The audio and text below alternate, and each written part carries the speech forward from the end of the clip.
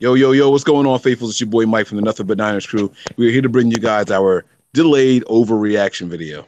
Now, guys, this was a rough game to watch. There's a lot of stuff going on with the 49ers, so we're going to break all of that down here for you. But before we get down to the nitty gritty, we want to let you guys know where to check us out. Hit up the website, www.nothingbutniners.com. There you're going to be led to all of our good articles. We have our social media pages there. You guys will see us on Twitter and Snapchat. Those are Nothing But Nine, ERS. You'll see us on Facebook and Instagram. That is Nothing But Niners, spelled all the way out. Make sure you hit us up and follow all of that good stuff over there. Check us out on the YouTube channel. This is your first time here. We want to thank you. Hit that subscribe button, hit the like button also, and then hit the little notification bell so you know exactly when we go live. In the meantime, I'm here with my fellas here, man. My man Nick, my man Tony's here. Guys, how you doing, Nick? What's up, baby? What's up? What's up? I'm doing a lot better than the Niners are today, man. Not only did we lose the game and just look like no energy out there today on both sides of the football. You know, I'll get into more on the players, but I mean the loss of Reuben Foster definitely can tell that it's hurting the locker room. Um, but I said this before, man. There's no room to have players play in the NFL and be eligible to play in the NFL if they hit a woman or break the law. So I'm happy. I'm just going to start the show off. I'm happy that Kyle and John stuck to their guns and said, we gave you a strict routine to follow. Nobody's bigger than the team. And no matter how good of a player or great of a player you are, you're not bigger than the team and you don't deserve to be here. So, bam, you're gone. All right, all right. So now, Tony, man, I want to get your thoughts on everything. I know it's a lot going on with the Niners today, but Reuben Foster's gone. Nick says that you could tell that it was a weight on the locker room. I want to know if you share that same sentiment, what your overall thoughts are and everything. Mike, Nick, what's up? Faithful, what's up? Rough day in Ninerland today. There's a lot to talk about. I have to piggyback on Nick. I agree with he's saying that I'm very happy that they stuck to their guns, stood their ground, and did what they did. I mean, I'm not happy that we lost that type of player, but they kept their word and they stood behind it. No exceptions were made. I kind of feel there's a little dark cloud over this team right now, and it's starting to take a toll on the players. You notice in their press conferences, Staley got mad when they asked him a question. Sherman got a little iffy with it. But overall, there's a lot to address today about what's going forward with this team. So you guys are saying that it weighed a lot on the team. I didn't get that. Now I'll tell you the truth. I didn't watch the post game conferences or anything like that, but nothing that I saw on the field anyway said that Reuben Foster was a dark cloud over the team or he was weighing on them. What exactly happened during the press conferences? Because I completely missed him. I didn't see him. They were just asking Joe Staley questions about Reuben Foster, and he just got really, really ticked off about the questions about Reuben Foster. And he's like, "Why? I just don't understand it. Why can't we just talk about football? Like, why do we have to be talking about this kind of stuff? Blah blah blah." And then Tony, if you want to explain what Richard Sherman was saying. Yeah, Staley, I agree. That's exactly what Staley said. As far as Sherman made it seem like, the question was asked in the beginning of the press conference, I believe, and then someone tried to slip it in at the end. And Sherman basically said, listen, he goes, they handled it the right way. He agrees with it. I mean, there's only he kind of, in a way, said there's only so many chances. Um, but I watched the pregame of the team coming off the bus, walking into the locker room, and it just didn't look like the 49ers. It looked like, people were just going about their business, just walking in and just going to play the game. Sometimes you see them make faces and shit and seem like they're pumped walking into the locker room. John Lynch made a beeline to the locker room. He looked like he was just ready to kill somebody. Um, I don't know. I just think this whole day, this team was doomed from to begin with. From that arrest last night to all the reporters in the tunnel were asking John questions about it. Miyoko, Barrows. I just feel like it became a very big distraction today. Their on-field play. I mean, listen, it could affect them or it couldn't affect them. They just got outplayed. But in my opinion, I just kind of feel it put a little damper on this team today. Yeah, I mean, like you said, Tony, from the minute they stepped off the bus, you could just tell they were deflated. All walking with their heads down, nobody looking up. This team was definitely deflated going into the locker room. And about the news, I mean, obviously, I'm sure all the teammates love Reuben Foster. You know, he had the backing of, Tart, and he had the backing of Colbert, and he had the backing of Sherman. And to let the team down like that, whether people say this is a business or not, you still build friendships and you still have those kind of feelings. And to be unexpected of what happened, and maybe Sherman and them feel bad because they weren't there with him and they allowed this to happen. They were supposed to be like guidelines or buddies and getting him through this. But you could literally tell. I mean, Joe Staley played probably one of the worst games I've seen Joe Staley play as a 49er ever today. He was getting beat so bad off the edge, so bad that, play action wasn't working today. I mean, our offensive line just did not look good against a piss-poor defensive front. I mean, whatchamacall has 10.5 sacks on the year, so I'm not going to say it's a piss-poor, but, I mean, you could definitely tell that Joe Staley was not in this game. You could tell that Persons wasn't in this game. Like, I mean, just stupid mental mistakes today, allowing defenders to just come past them. And it really looked to me that everybody's heads were just down. I mean, it was just from the gate. Like, you could tell the first drive. I mean, we never really got anything going offensively or defensively. Then losing Jimmy Ward. I mean, obviously that didn't help either. As much as I'm not a big fan of Jimmy Ward, still didn't help. But Mike, I mean, you could seriously tell from watching them get off the bus, walking in, heads down. They just didn't look like they wanted to be there. I don't know. Maybe I'm taking what you guys are saying different. It sounds like you guys are like the team was in mourning at the loss of Reuben Foster. Is that what you guys are suggesting? Because I didn't take it as that. Yo, this person is fucking up the bottom of their car on the curb. I'm sorry. All right. I didn't take it as that at all.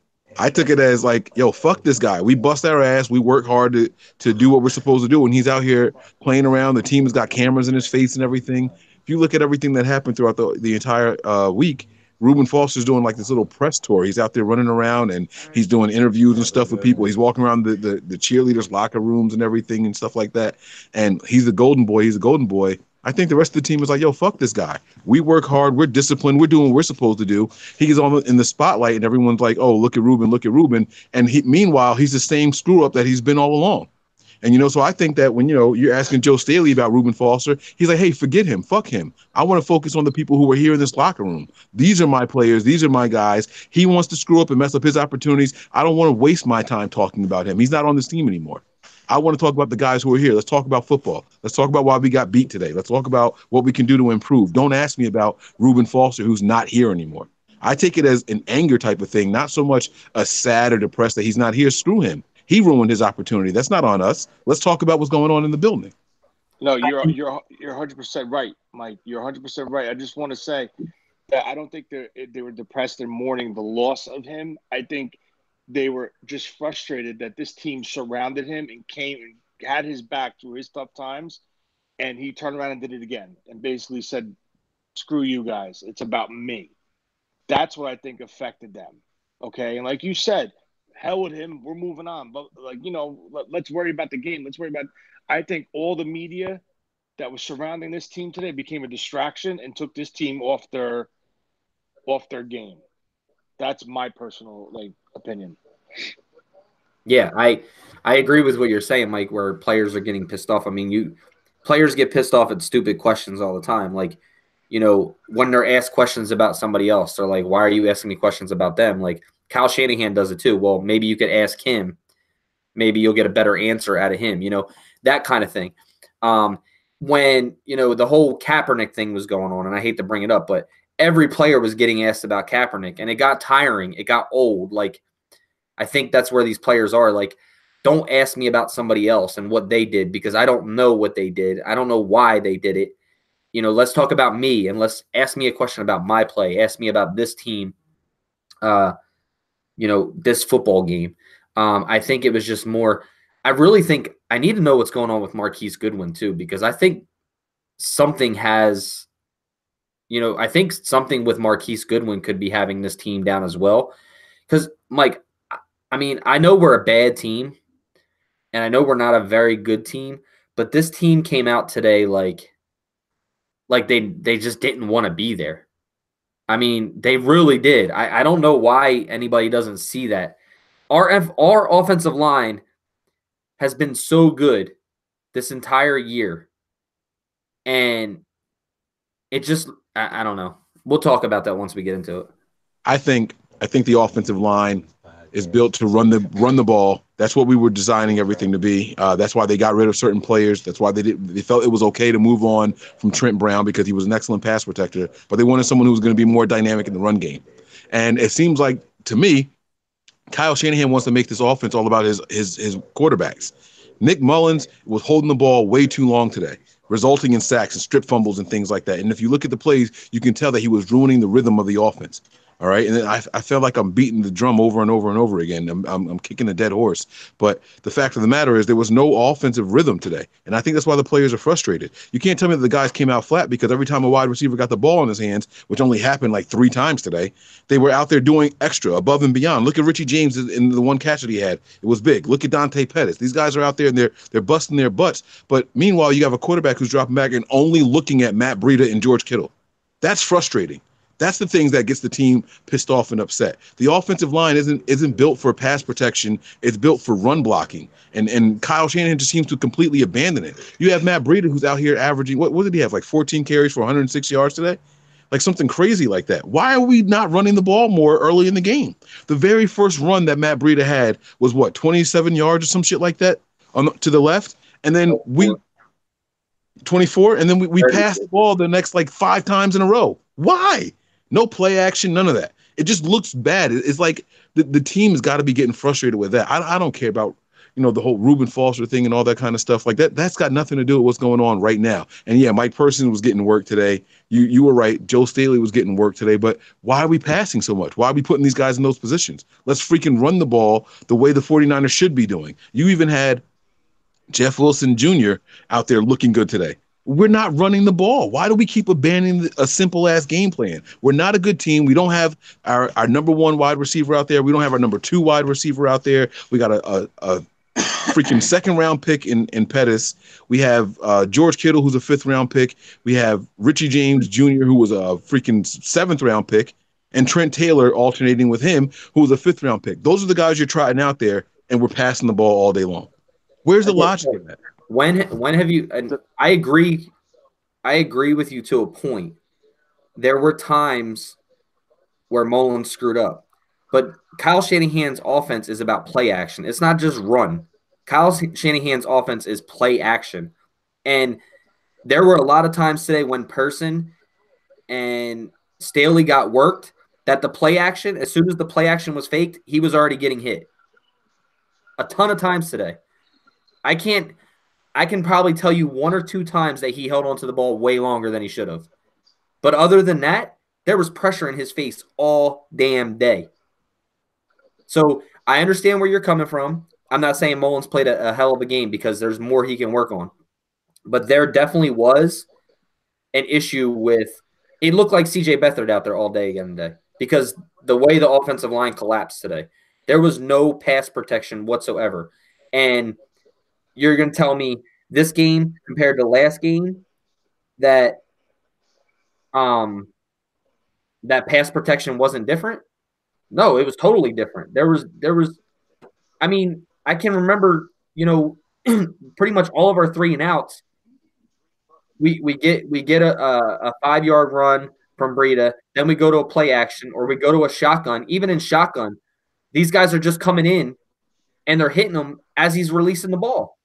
I don't know how you can blame that on a quarterback all day long. Was Mullins perfect today? No, by no means. I don't agree with you that he was only looking at Kittle and Breida. because you could see his eyes going through progressions. He missed 3 wide open receivers today. 3. But you're going to continually say that he is only looking at 2 people. I didn't see that. Me personally, I didn't see that. I seen eyes going through progressions as he could, but he didn't have 3 seconds to throw the football today. He did not have 3 seconds. He had probably a second and a half to get through progression. And you don't know which order their reads are in.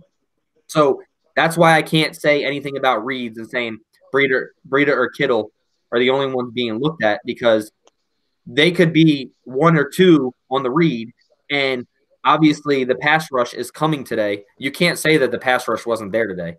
I can bet he was under pressure probably 90% of the snaps today. And that's why I can't put this total blame on Mullins. But did he play a perfect game? No. Is there some things he could have done better? Absolutely. But I can't put this all on Mullins because there was so much pressure in the kid's face today. So much. I don't give a shit if it's Tom Brady or who is out there. You're not going to get through 4 reads with a second and a half. I think it has to do with what Mike said, though, Nick, about we had no receivers out there today. And I think Kyle tried to get this kid comfortable, knowing that he didn't have receivers, and he tried to force him to throw the ball so the defense could respect him. Because once that defense lost respect to that passing game and those receivers were not getting open consistently, they started pinning their ears back and coming after him. Right, and that's fine. You can say that, but don't say he was only looking at 2 people. No, but I will say he's comfortable with those 2 people. And that could be the reads. Like I said, it could be the reads, but Kittle could be the first read on every play. Ran, because you saw one throw today where it was an outside the hashes. He had to throw out to the sideline, and he struggles with that because he doesn't have the arm strength to make that throw. And majority of Kittle's routes are down the seams to the in between the seams, and Breida's routes are in the flats. So he might feel comfortable throwing those routes at those depths that they're being ran. I'm not saying, that's an excuse. It's not. But I just think maybe he knows his limitation in his arm. And I think Kyle knows that. But I saw that one throw. He tried to get Kittle on the sideline, and he just couldn't get the ball there on time. Yeah, and I'm not disagreeing that he has trouble with outside throws or throwing downfield, but I just can't, because he overthrew 3 guys today that I can remember, or just missed the throw completely. And like I said, I'm not saying that he was perfect today by any means, but I think that he's taking a lot of heat also for something that nobody's talking about how piss poor the offensive line played today. It's by far the worst game I've ever seen him play. You're 100% right. No. I'm not letting that fly. Hell no.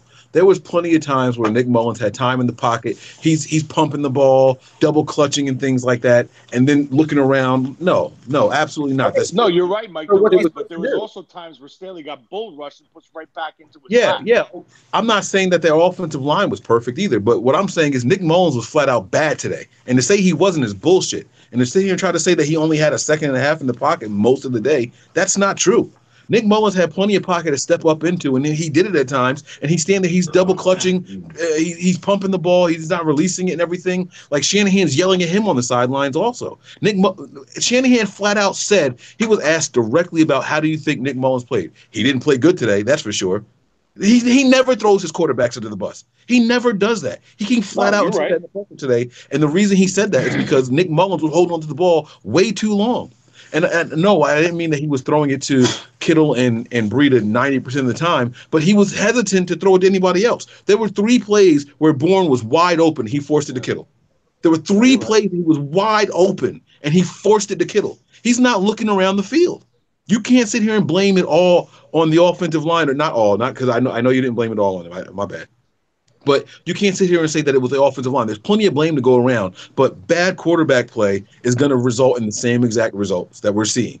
That's the bottom line. It didn't matter if it was C.J. Beathard out there today or if it was Nick Mullins. Both of those guys are holding on to the ball way too long. Shanahan's offense, you drop back, you get to the top of your drop or the bottom of your drop, whatever you want to call it, find your guy and throw the ball off. You were talking about Nick Mullins looking around. Nick Mullins, one of the things that he does very well is look off safeties. You'll see him. I saw there was a play that they showed in slow motion where he actually hit Kittle coming from the right side, going across to the left, where he was looking in the opposite direction, but he glanced over at Kittle, looked back in the opposite direction to make sure he was looking off the safeties, and then he hit Kittle across the middle. That doesn't mean that he's making reads. He's looking off the safety. He does that very well. I'm not taking that away from him. But he doesn't look at anybody else. There was plays where you could tell he was locked onto those guys.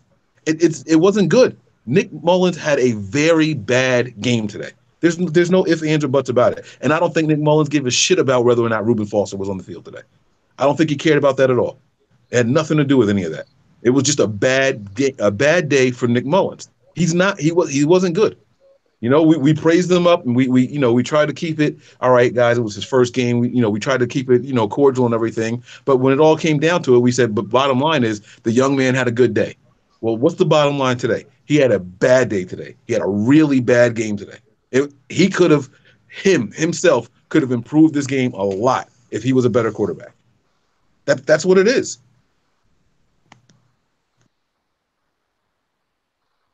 I mean, I agree. Like I said, I'm going to agree to a point. That's my opinion, but I'm not going to sit here and argue about it. I mean, I still think that Nick Mullins shows more progression and progress than C.J. Beathard does. And it's like this. We never give a receiver a bad day unless he drops a pass. We never give a receiver a bad day unless he just doesn't get any catches or doesn't do this. But we never take everything into consideration. Why could Dante Pettis or why could Richie James not be having a bad game? Why can't they be bust or flukes? Or why can't they be this? You know why? Because the quarterback's going to take the blame all day long, no matter what. That's all I'm trying to say. The receivers, you just said it yourself. There was times he looked back, he pumped. Okay, going to a receiver, nope, changed my mind, and looked elsewhere. You said that yourself. Looking all around for an open receiver. We're not there. So we can't, I can't judge him and be a piss poor judge on just him when I can't see the entire field. There were times when he missed open receivers. I said that. There were times he missed open receivers. There were times he overthrew receivers, makes on his part. But there's also times that when he's taking these sacks and he's throwing pump fakes or he's doing this, you can't just say he's looking off a safety when you don't really know what he's doing. And we don't really know what the receiver's supposed to be doing. And we don't have an all view of the game to know exactly where his reads are or where he's supposed to go with the ball. X, Y, Z or Z, Y, X, whatever it may be. And no matter what, when we can't, a receiver never gets judged on a bad day. Never, ever, unless they drop. Here's one thing you can tell about a quarterback, specifically for the 49ers. You can tell where they're looking, okay? And then some of those plays where he pump faked or whatever, or he went to throw and he held onto the ball and clutched it again, some of the things you can tell is that he never let go of the receiver that he was looking at, whether it was Kittle or someone else, because the 49ers have a stripe on the top of their helmet, right in the middle. And if he's turning his head, you can see it because the stripe is moving with him. He was double clutching and still focused on the same receiver. That's what I'm talking about. I'm talking about how he was locked onto a guy for too long. And I understand that. Wait, there's more, though. There's more, because I talked about how the longer quarterbacks play in Shanahan's system, the worse they seem to get because they're thinking too much. They're overthinking it, right? When we think back to how Jimmy was, or even how Nick Mullins was in his first game, he was throwing the ball and getting rid of it really quick. That's what we praised both of them for. And the reason the wide receivers were so successful is because they're getting out of their breaks immediately, and then the ball's right there. You talked about that a lot, Nick, yourself, about how Jimmy was putting the ball on the guys out of the breaks. And then Beathard just completely abandoned that. He wasn't throwing it unless they were wide open, right? And then we saw Nick Mullins come in the first game, and he was doing similar things. That's when you compared him to Jimmy Garoppolo, hitting the guys out of their breaks. We didn't see any of that today.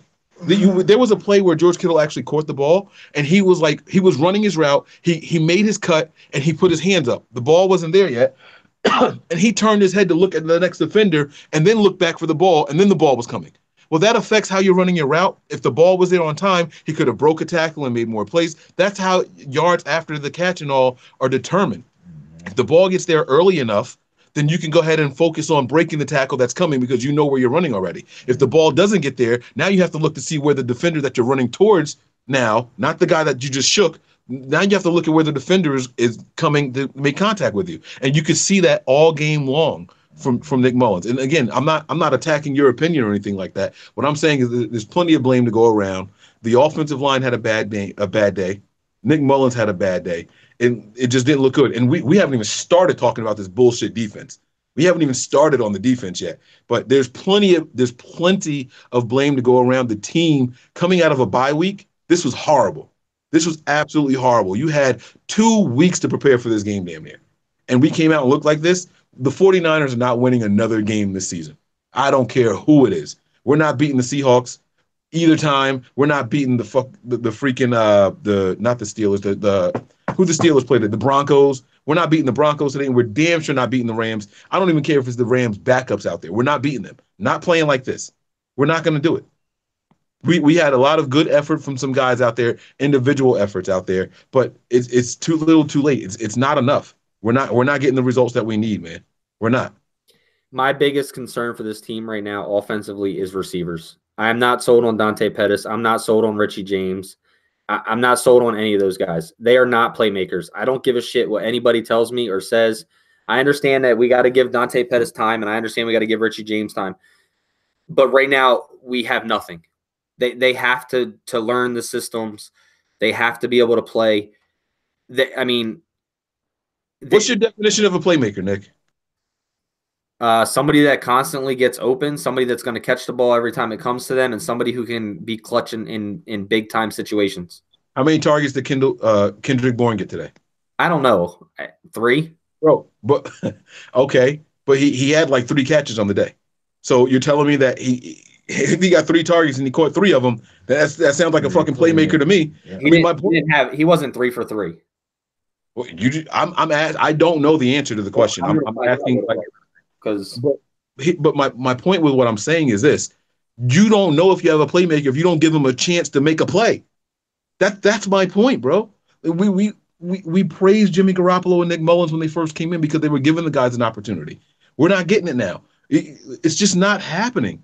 Kyle Shanahan's offense isn't designed for someone to run for 5 seconds down the field and then you throw it up to him in a one-on-one situation. That's not how the offense is designed. It's never been that. You look at anywhere Kyle Shanahan has been, it's not his game. That's not what it is. Guys, listen. These are very young guys. Our top 3 receivers today were all young guys. Kyle's system is very complex to learn. They have to learn multiple positions, multiple motions. They have to learn all 3 spots across the board. And the only way you're going to learn this is experience. I think Pettis came out and played solid today. He had 2 balls thrown behind his back. He showed why they traded up for him. I'm not saying that he proved himself, but they showed why. His ability to get open. Okay? He showed it. Really quick. Just let me and then I'm sorry to cut you off. No problem. His ability to get open in short spaces at the top of his stem. You know what I mean? Like that's when he gets open. But if the ball's not there, then you're giving the defenders time to recover from when he gets open. That's my point. That's exactly my point. And I understand that, but you also have to take into consideration of how fast pressure was getting to Nick Mullins today. You're not doing that. You're saying that Nick Mullins had a bad game. Yes, but there's factors of why a quarterback has a bad game. It's not just – this can go for any quarterback.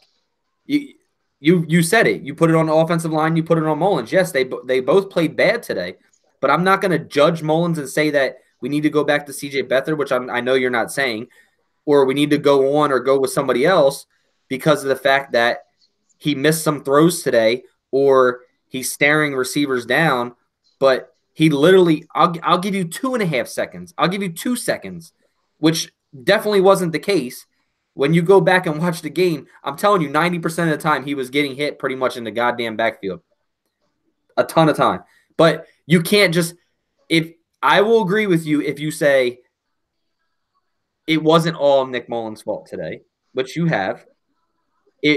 it was the offensive line has a lot to do with how we judge quarterbacks as well, the same as the receivers. No matter what we can say here, our opinions are all going to differ and be different. But each position, like I said, we never judge receivers unless they miss balls. We don't judge offensive linemen unless they miss a block and it allows a sack. We always judge the quarterback because if the quarterback's not getting the ball out, the offense isn't moving. If the quarterback's making mistakes, the offense isn't moving. But every 11 guys on the field have something to do. And I just can't – today I've seen a ton of factors, whether that be receivers not getting open, the offensive line not blocking, only on rundowns, the quarterback not making throws. Either way, it all boils down to this offense played like shit today. You're right. You're right, Nick. You're 100% right. And the reason why is not everybody is on the same page because the receivers are getting shuffled, the quarterbacks are getting shuffled, the backs are getting shuffled. I said it over and over, this is a timing system offense. Everything is timing. You need the offensive line to do their part, the backs to do their part, the tight end, the receivers, the quarterback. Everyone's got to do their part to make this offense run. It's timing. And if you're not on time, this is what you're going to see. This is the offense. This is the production you're going to see. Now, I will tell you, if they keep these three receivers in and they let them work through the rest of the year, so they get used to the motions. Because I saw it twice today, at least 2 times, where someone lined up in the wrong spot. One of them was Pettis, and the other one was Bourne. He had to blow a timeout. You can also tell. You know where else you can tell that, Tony, is how long it takes for the play call to be called and executed. I couldn't tell you how many times we went down to 1 second on the play clock to get the ball off, which normally this offense, when it's running smoothly, is snapping the ball with like 25 seconds left, 20 seconds at tops. Correct. At tops. The last 2 weeks. I'm going to say this now. I think the season's a wash. Let the young guys get the experience. Obviously, we're not making the playoffs, and let's focus on next year. Because nothing good – the only good that's going to come out is experience for the young guys, and that's that. This team is not going to throw up 30, 40 points a game on this offense because there's too many moving parts in and out of the lineup. You need continuity. That's why it took the offensive line, 5, 6 games to gel, and unfortunately, Jimmy wasn't there to reap the benefits of it. What a catch by Thielen. Holy shit. There's a comment here by Anthony Christine and says, Kittle's the only one who can beat one-on-one pass coverage or press coverage, at least consistently. They all can do it once per game, but he is the only one who can beat it over and over again. Pettis did it twice today. Yeah. That's not true. That's not true because Richie James can get separation quickly also. That's what Pettis does. He uses his limbs and his body and his weird ass motions to throw defenders off of him all the time. But the ball has to get there quickly because he's not a fast guy. So it's one thing to get separation. It's another thing to keep separation. We don't have the kind of speed out there today to keep separation. The guys can get separation, but the ball's got to get there in time. If it's not there in time, then here's one for you. West Coast says the pick six Bourne fell, like always. Always does fall. Say that again. What was that? The pick six, the one pick six Bourne fell, like always, and ran wrong route. And the second pick, and the second not Pettis. There was no pick six today. Yeah, there was no pick six today. He was just saying the pick that Bourne fell on, I think. That was the second one, but the first one he's talking about, I think, with the one that Pettis. Yeah, it says Pettis took too long. No. The second pick was a tip pass in the end zone. Yes. That wasn't a. Never mind. No, that wasn't the one in the end zone wasn't a tip pass. That was in double coverage. Yeah, he forced the ball in there. He should have never made that. That wasn't a tip pass. The one in the back of the end zone, somebody tipped that ball to the guy in the very back of the end zone. I got it picked. And then he got up and ran, and even though his foot was out of bounds, right? That's the play you're talking about? Yeah, that was the double coverage one, though. Yeah, and I'm pretty sure that ball bounced either off a defender's hand or a wide receiver's hand. The defender that was a tip pass. He broke that ball up, and then another guy caught it. But that was still a poor throw. That was on Mullins, hands down. Yeah. So then he says, The second, Pettis took too long on the top of the route with so much wasted motion, messed up timing. There's no wasted motion because that's who Pettis is. That's what he does. Pettis' motion is how he gets separation. Like listen, man. There's different types of receivers in the NFL. Not every. You look at Larry Fitzgerald. He's not a burner guy. He's a guy who his stems look exactly the same. You can't tell what kind of route Larry Fitzgerald is going to run if you're just looking at his stem because he has mastered breaking out of it perfectly. But if the ball's not there, it's just not there. He's never going to beat you with speed.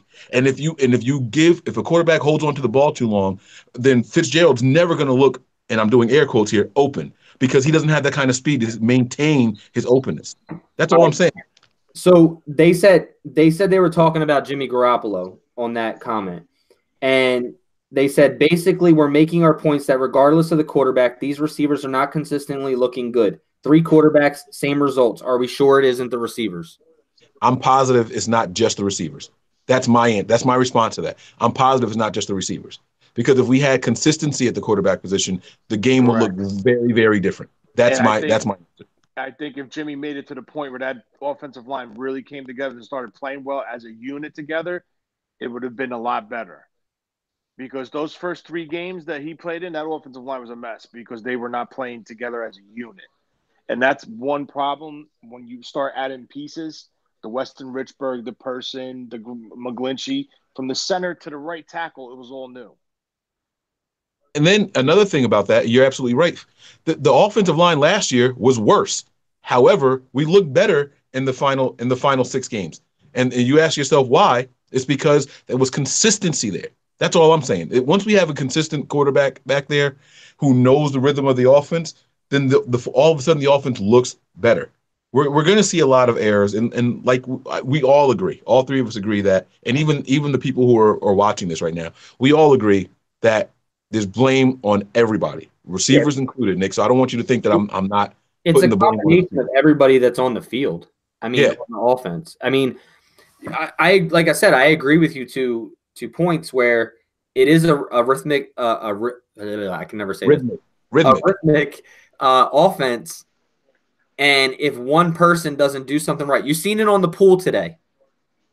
When Person went to pool and Mullins tripped on him. If he takes the right step, Mullins doesn't trip backwards on him. Like, if he doesn't kick his left foot out more than he's supposed to, which it's I don't want to say it's all timing, but it's footwork. So that blew up that whole play right there. It looks like Mullins just fell. But really what happened was Person, when he went to go take a step back, he stepped out too far and tripped the quarterback. It happens. But I think this whole offense runs off of everybody. And I don't think that we can just sit there and say, that's why I can't sit here and just say that Mullins is the only one that had a bad game today. Is there times that he could have executed and he didn't? Yes, absolutely. Is there times the offensive line could have executed and they didn't? Absolutely. But overall, the offensive line, the receivers, the running backs, whether it be blocking or running the ball, everybody could have executed better on this offense. They looked flat. They looked like they had no clue what they were doing, lining up in wrong places, taking too long to get the ball snapped. There were just a ton of factors. And like you said, timing comes with consistency. Timing comes with familiarity. And this offense, I've been saying all year, has no familiarity with each other. It's the same as we were talking about the defensive line. You saw the defensive line play familiarity with each other against Oakland. And then we started making moves again. No, I'm saying, you heard Buckner say himself that we came into a routine because I knew who was going high. They knew who was going low. We just know each other. We feed off of each other for pass rush. So that's coming directly from the player. That's not me making something up. Buckner literally said that. I think we played so well this game defensively up front because we were familiar with each other. I knew what Solomon was going to do, if he was going to go high, if he was going to go low. We read each other. So that's what I'm trying to say. Consistency comes with familiarity of playing next to somebody, just like you guys just said with the offensive line. When Jimmy Garoppolo came in last year or this year, there was all different people compared to what he was last year. You play with them at practice, but you're not playing at game speed. You're not playing at You know, you're basically doing walkthroughs all day. You know what the offense is supposed to do. You're not playing at a high speed level like the NFL. So I think that to put all the blame on Mullins, I can't do, but this offense today and Kyle Shanahan's play calling at times today was piss poor.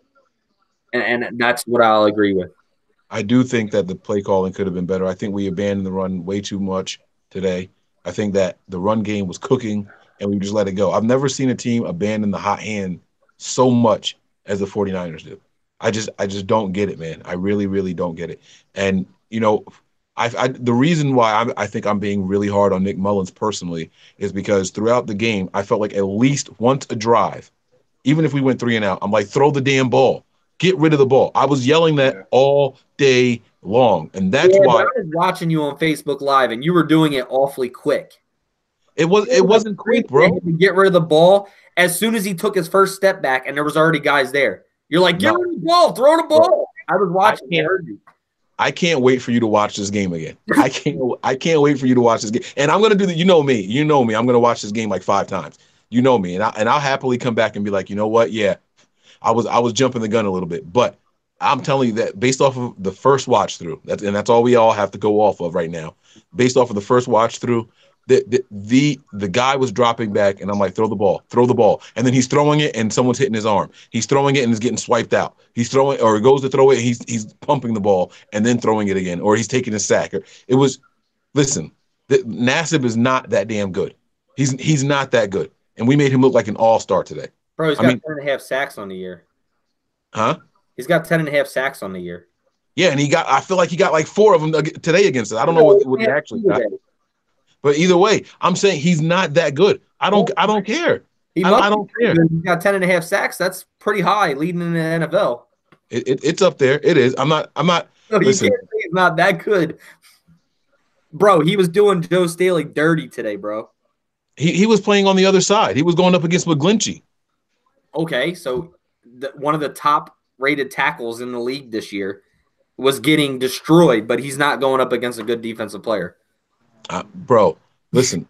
This is what I'm saying, man. And I'm not saying that the offensive line isn't responsible. We're all talking in circles here. But I'm telling you that watching the game, I'm like, throw the damn ball. You could tell when he would drop back and then he stops and he plants his feet. That's when I get nervous. As soon as the quarterback isn't throwing the ball at the end of his drop, I get nervous. So yes, if that drop takes 2 or 3 seconds, then yes, I'm nervous right after that. Absolutely.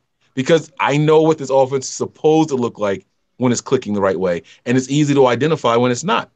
Maybe what you're saying applies more than what I'm saying. You get what I'm saying? So you're saying that, okay, it was 3 seconds or 2 seconds and people were on him, but if he's at the end of his drop at those 2 seconds, throw the ball. That's my point. So I'm looking more at not time. I'm not sitting here with a stopwatch. I'm looking more at, okay, I'm coming.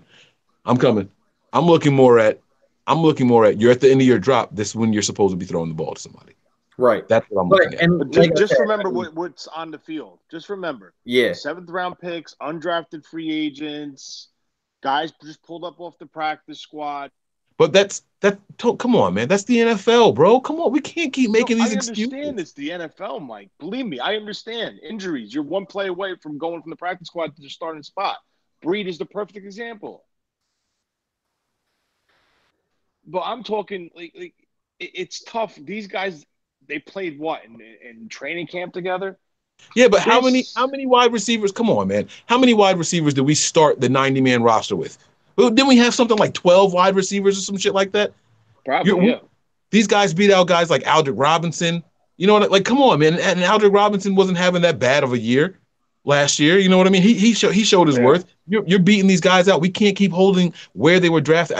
And I even said it at the beginning of this. I even pointed out where these guys were coming from. So I understand what you're saying. Don't get me wrong. But after a certain point, we have to stop saying where these guys were drafted. They've been in the league long enough.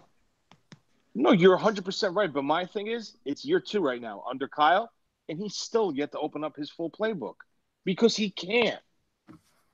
Well, okay, we're saying he can't, but what happened when Nick Mullins' first game? What was all the rave? Oh, he knows the playbook just as good as Kyle Shanahan.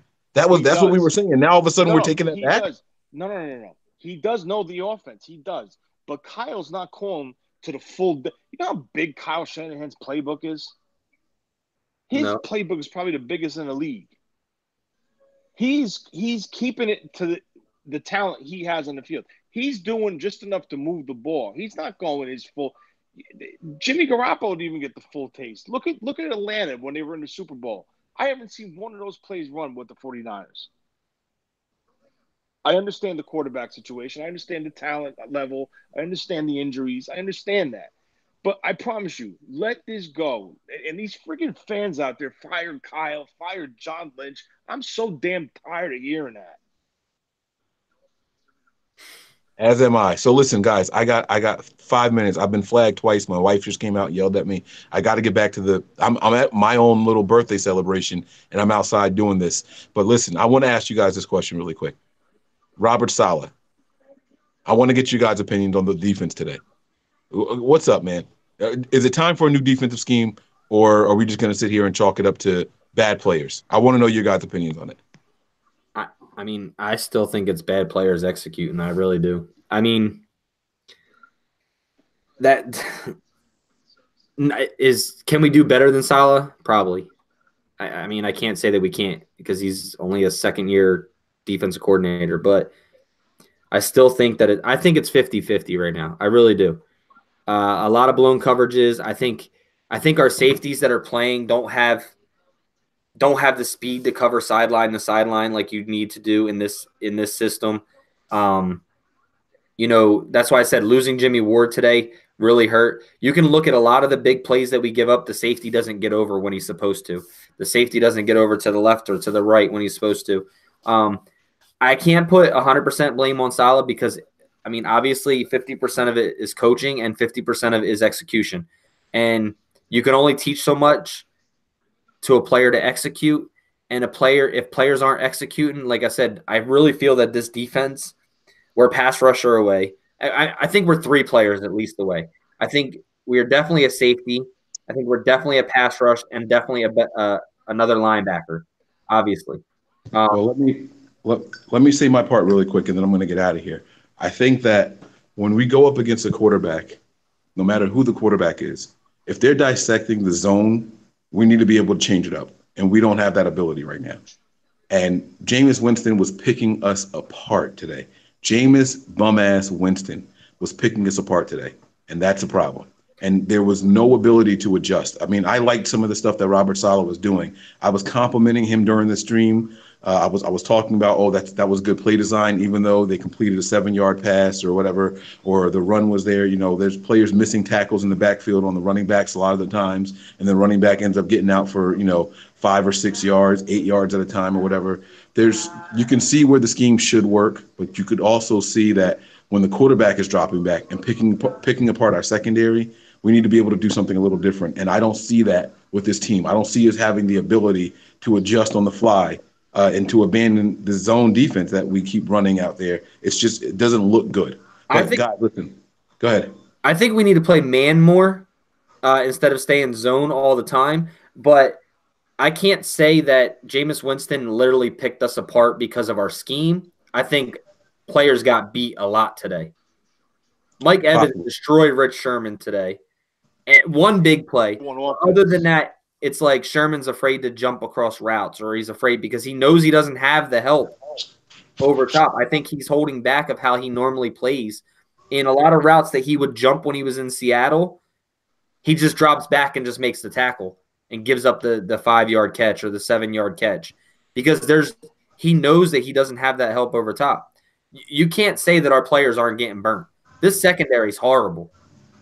Yeah. All right, guys. I personally got to run. If you guys are still on, I'm going to jump back on. All right. I'll jump back on and catch Mike, up. Before you go, I just want to see if you noticed something. Okello Witherspoon on several deep balls turned his head today. And still got flagged. Why? The inconsistency on this defensive side of the ball is an issue. All year. Wow, that's the way we teach him. Now all of a sudden he's turning his head? Yeah. Yeah, because they're telling him, oh, well, you're getting flagged because you're not turning your head around. Well, he turned his head around. He was still getting flagged with BS ticky-tack contact. So it's a lose-lose. I think the refs I said this a couple of times this year. I think refs are throwing flags based off of reputation. You know, Yeah. oh, that's Ahkello Witherspoon. He's the guy that draws a lot of flags. So let's just throw a flag there. You saw that with Kittle today. Kittle demanded the flag and got it.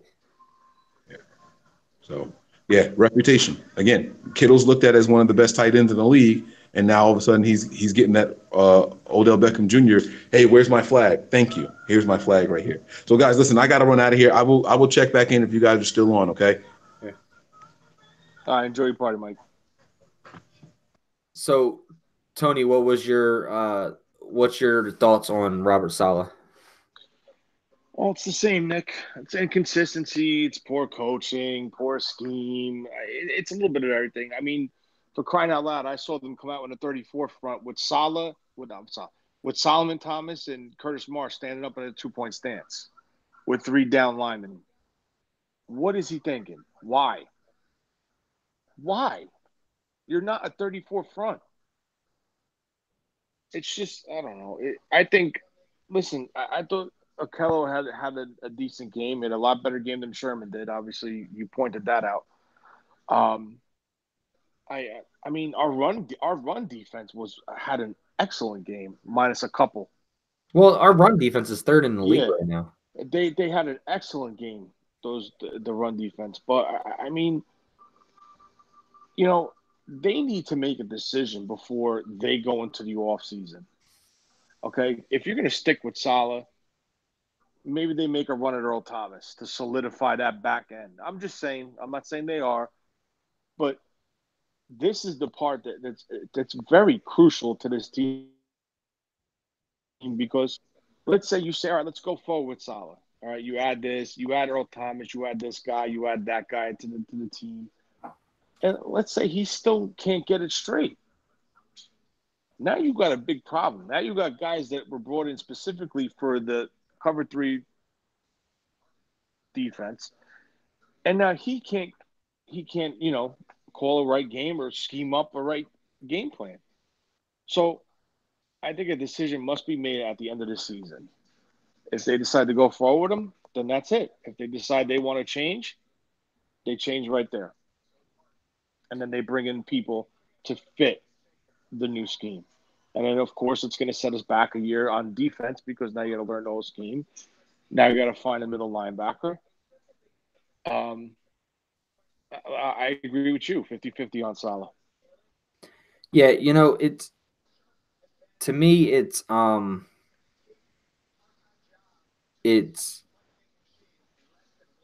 50-50, but I think we need to figure it out. And like I said, the thing I'm worried about the most is kind of like what Mike said. What happens if you don't keep Robert Saleh here and you get the pieces that we need, the pass rush, the safety, and, you know, a linebacker, a good coverage linebacker, to where you don't have to drop a defensive lineman in coverage or things like that, or you get the line situated and stuff like that, and this team performs. And then we look back and say, was it really Saleh? You know, was it really Saleh? You know, I'm big on not changing coaches, which we have been doing for years, because players start to get comfortable in a system and start to really, really learn that system. And really, I mean, you can't even say that this is every player that's on this defensive side of the ball second year in this defense right now, because really it's only DeForest Buckner. Malcolm Smith didn't play last year. Fred Warner didn't play last year. Eric Armstead was hurt last year. Solomon Thomas played here and there last year. Ahkello Witherspoon played 5 games last year, started. Richard Sherman's new. I know that he's played in this system before, so that's fine. Adrian Colbert played last year, not playing anymore. DJ Reed never played in this system. Moore never played in this system. Ward never played in this system. Jaquiski Tart was hurt last year, didn't play a full year in this system. So if you really want to look at it, the players on this defensive side of the ball, other than DeForest Buckner, who's been there more than a year, every single, you know, playing an entire year under Robert Saleh. Who? No, you're right. You're right. You're 100% so right. We can continually sit here and say, well, why is there so many blown coverages? Why is there so many this? Why is there so many that? That falls on coaching. That falls on coaching, which I understand that some of that does fall on coaching. I completely agree with that. But the things that you got to understand is that there's players out there that have never played in this system. A defense doesn't just come together their first year. Yeah. They don't come together their second year. And on top of all the players that we have and young guys and people not really playing in this system for more than a year, I'll give you a year at tops for some of the guys. And that's like I said, DeForest Buckner is the only one that really – and he's playing hell of a good this year. He's playing hella good. He's fine. But not only about year-wise, but you're missing pieces that make this defensive scheme run. I didn't even name Cassius Marsh. I didn't even name Dakota Watson. These guys on the edge that are pass rushing, if you don't have this pass rush, this zone scheme will get picked apart no matter who you are. Because it's just like you said on the offensive side of the ball. It's timing. You have to get to the pass rush. You have to get that pass rush. If you don't, your corners aren't made to cut. Excuse me. Your corners aren't made to cover in this scheme for more than 3 seconds because there's so many open holes. Correct. But there's also another big weakness with this defense. They struggle big time in passing people off through zones. So and that's part of communication. Right. But that's what I'm saying. So it doesn't matter. This scheme, it's not – I don't think it's the scheme because we see other teams executing this scheme. It's not – somebody said in the chat, well, why run this scheme if you don't have the players? It's not that we don't have the players. It's just we don't have the experience in those players to run this scheme right now. So why not teach them? They're learning. It's not like you're just sticking with a scheme because you're being hard-headed or things like that. You've played in this scheme the entire year from training camp. It's not the players' faults that we're working with third stringers that are in playing compared to who was taught this scheme in the beginning. So how many players do we really have on the field that have been there since day one of training camp this year? Defensively. Buckner. From day one this year or day one? From day one this year. Buckner, Armstead. Marsh was in the rotation. None of the linebackers because they're all in and out. Tart. Well, no, because Tart was out. Sherman. Well, not a lot. No. So from what you went with from day one to now, I can guarantee, like starting material who's playing more than 50% of the snaps, you probably have 3 guys of 11. You're right, but this is my major problem with this right now. I think we could both agree, and all the fans in the chat that are watching this right now could agree that they need to add people. Oh, absolutely. Okay. So with adding people, now they need to learn this scheme. Correct? Yep. Okay. That's the problem here. This is a difficult scheme. It's not a difficult scheme to learn. It's a difficult scheme to conquer, to master, because it requires experience in playing in it. And, well, to up you on that, I don't think it's a difficult scheme to play because it's one of the most symptomatic schemes in the NFL. But you have to have every 11 guys, every person playing their position has play their position and their spot where they're supposed to. Correct. If they don't, it blows the whole scheme. That's huge. Yeah. Do you know how long it took Seattle to get to that point? Right. And that's what I'm trying to, and that's exactly what I'm trying to say. It takes things like we don't have. And where I say we need players, like I said, we need a pass rush badly. I'm done with Cassius Marsh. I'm done with Dakota Watson. I'm done with, Eric Armstead on the outside. For all I care right now, you could put DeForest Buckner out there, and I think he would do better. But you can't take away from where he plays. I just want to say something. I want to hear what the fans have to say in the chat. I just want to know everyone's opinion if they agree that this defensive side of the roster is going to be gutted. I think I'm saying everybody probably Buckner's safe. Sherman safe. I'll say Witherspoon will have a spot on his roster. Other than that, I think everything is open.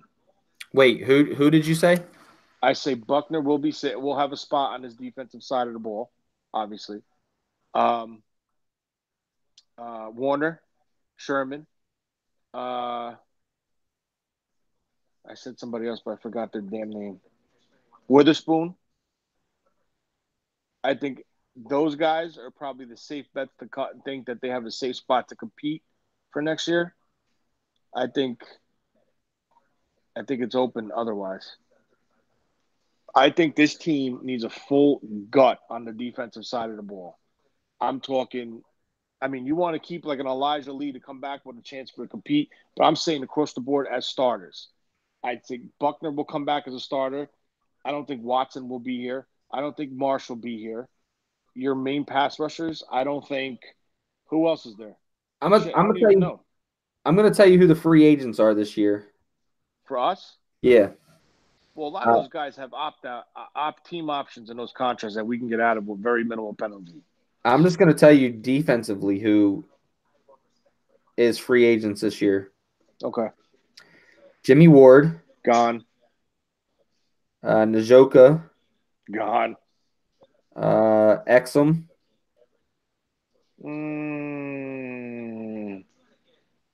50-50. 50-50? Yeah. I don't know why this has Julian Taylor on there. No, he's coming back. Yeah. Greg Maben. Gone. Elijah Lee.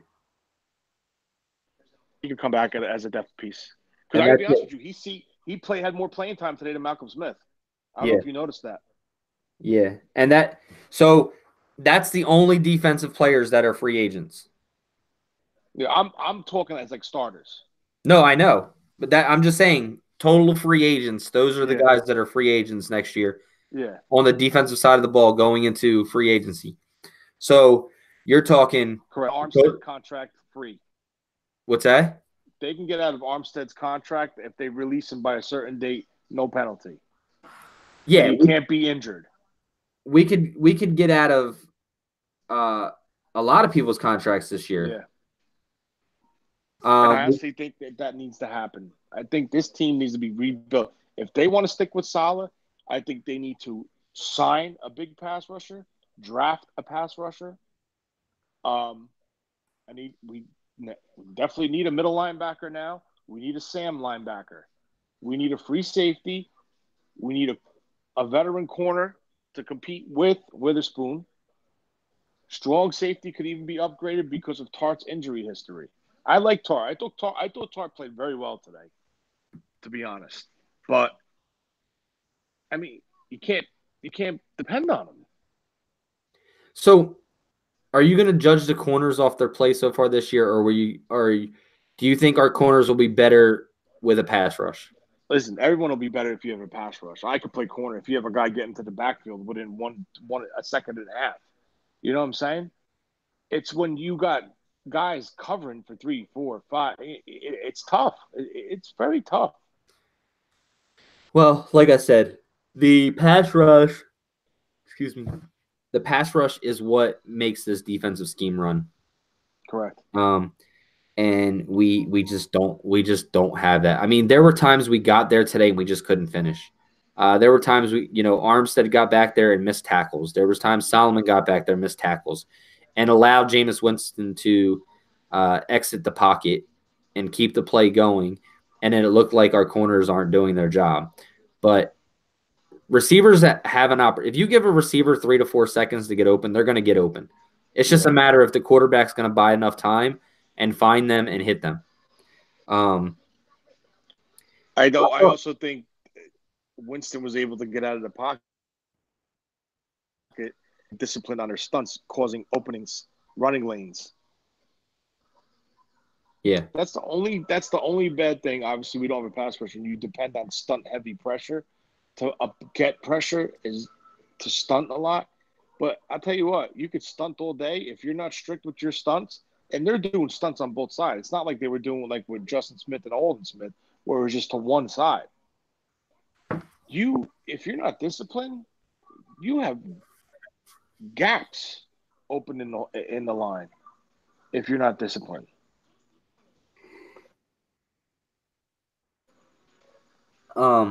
Let's look at some of these comments real quick. Pass rush and safety are the most important pieces of the defense, and we are lacking in both areas. Let's get Bosa and maybe in third round look at someone like Lucas Dennis from BC.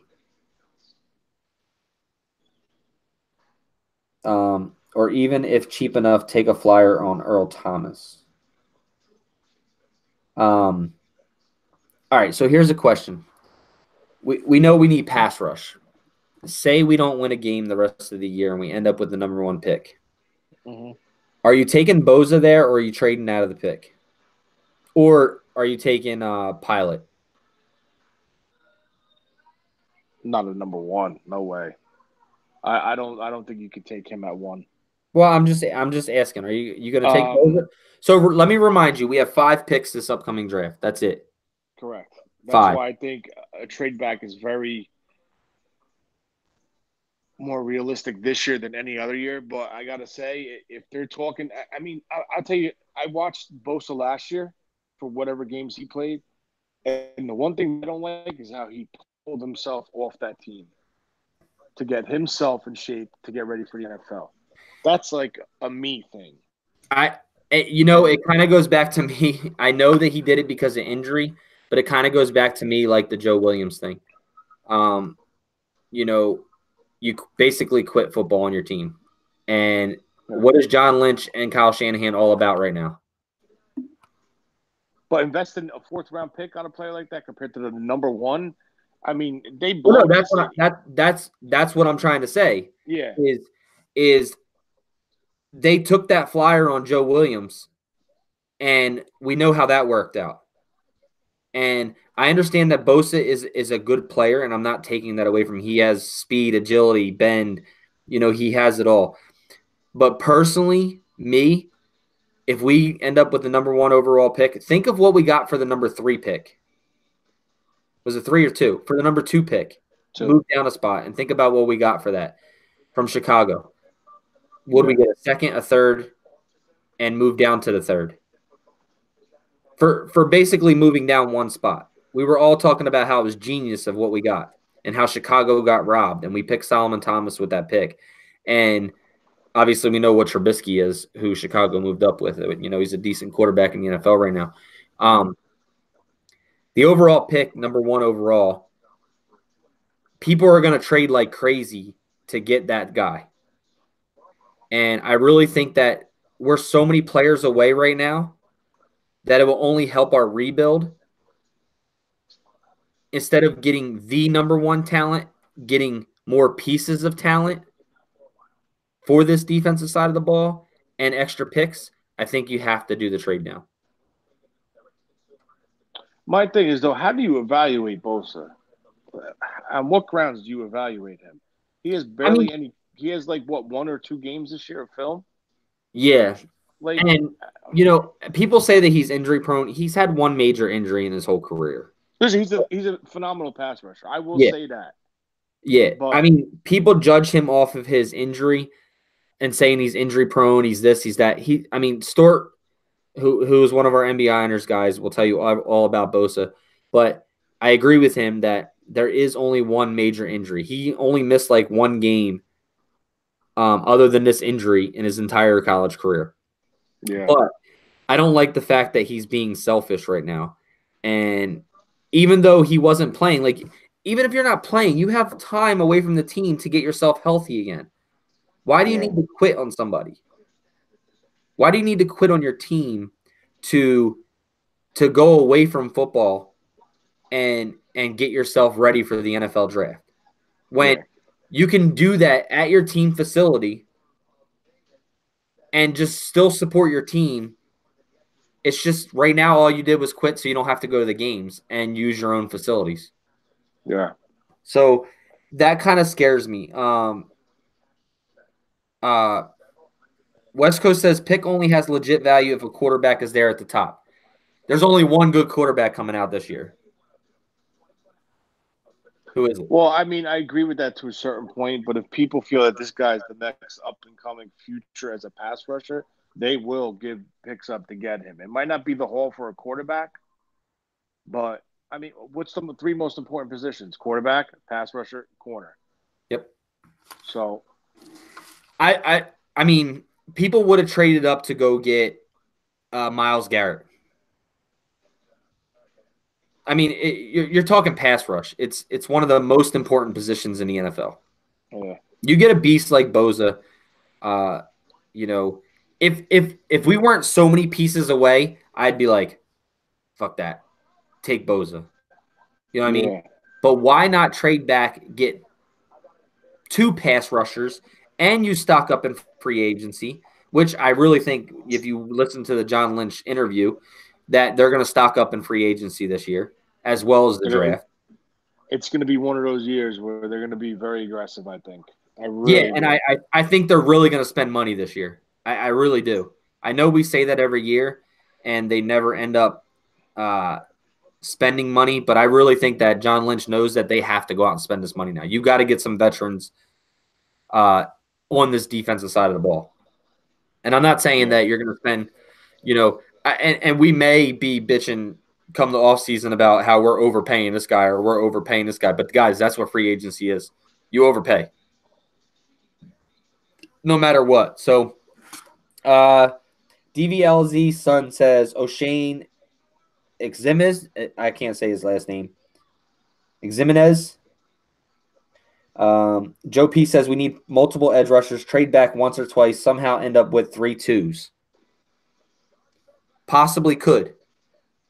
Right? You trade back once or twice. Trade back once or twice. You're getting a 1 next year and 2s this year. Right. To that's what that top spot. Yeah. He's like, and somehow end up with 3 2s this year. Depends on how far you trade down. The gap between Boza, Oliver, and Q Williams to the other rushers like Allen or Burns is pretty wide. We can't afford to miss on edge rush.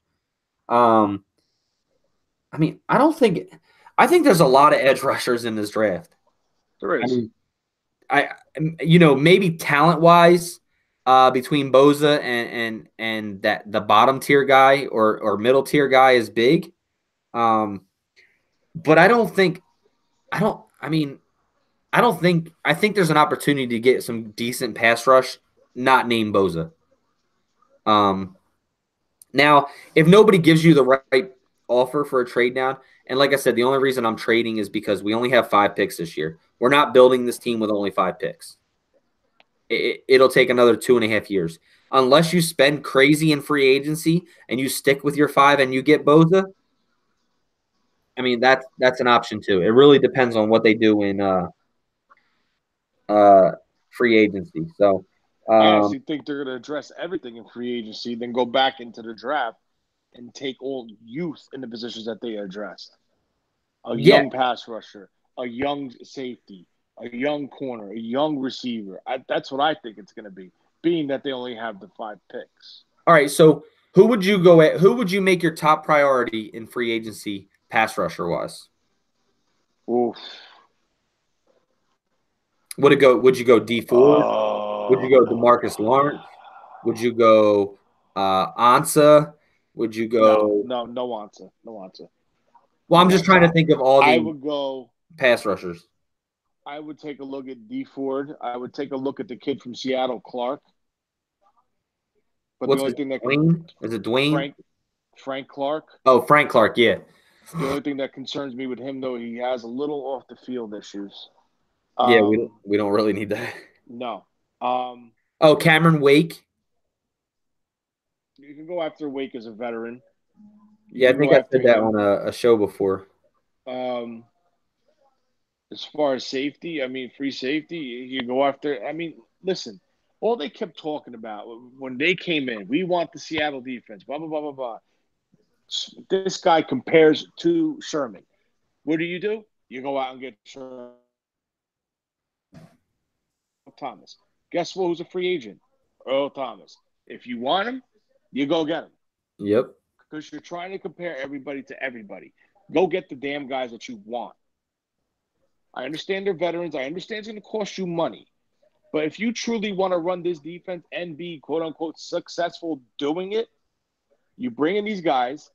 They could teach they could give pointers to the younger guys. And when they move on, you'll have guys in the system ready to step in. That's a perfect scenario. DVLZ's son says Earl Thomas and Tyrann Mathieu. They play the same position. Well, he's saying put Tyrann Mathieu at full safety. At strong safety? At free safety. Well, no, that's Earl Thomas. Yeah. I don't know what he's trying to say there. He said Earl Thomas and Tyrann Mathieu FS. So I'm not sure if he was saying those two for free safety. Yeah. I mean, you can look at two guys that are playing tonight. You could add an Anthony Barr to our linebacker corps. You could add a Clay Matthews and have him play the Sam. All right, defensive end. You can go after. I mean, for the Sam position, you got Shaq Barrett from Denver. He's an unrestricted free agent. He's the perfect Sam. You want to go older, experience, you go Clay Matthews for the Sam. Defensive end, I mentioned Clark. I mentioned D Ford. I don't know the rest of the free agents. I know Ansah is one of them, but I'm not too big on him. You could bring in Shane Ray on a 1-year prove it or a 2-year prove it, but an incentive-based deal from Denver. Two other pass rushers that I know is D Ford, Ansah, DeMarcus Lawrence, Cameron Wake. I don't think Lawrence will see free agency. I don't. Well, I mean, he's a free agent, so yeah. I'm just saying. And DV said no. I think Earl Thomas or Tyrann Mathieu. He corrected that. Those are two good names. Julius Peppers, they said, but I think he's on his last leg. Yeah. I'll tell you the Wake one. Cameron Wake would be a nice addition. Well, and I said that before on one of our other things. I mean, I think that he could still produce, and you can get a year off him, and possibly help with the draftee that you pick. In that pass rush. So we have number 1 pick. Do we trade down for a King's ransom or draft Bosa or Greedy Williams? Yeah, Howard Stanley. That's what we were just talking about. I'm really in love with Greedy Williams. I mean, I don't know why so much I love him, but I'm really in love with Greedy Williams. But we need pass rush way more than we need Greedy. So if we can land a top pass rusher in free agency, like a DeMarcus Lawrence or a D Ford, I'm fine with going Greedy Williams whenever we can get him. But I wouldn't take Greedy 1. I wouldn't take him 1 either. Man, no. I'm saying we could trade down though, and probably get him. He's probably going to go in the top 10. Yeah. He has to. Edge rush and inside linebacker guys, first 2 priorities. Yes, I agree with that, Coach. Coach, what's going on? I haven't talked to you in a minute long. Edge rush and inside linebackers. Do you agree with that? Top priority? Edge rush, definitely. I think free safety is important in this defense. I think free safety is very important. All right, so if you had the opportunity to get Earl Thomas or Mathieu, who would you go with? I'd take Earl Thomas.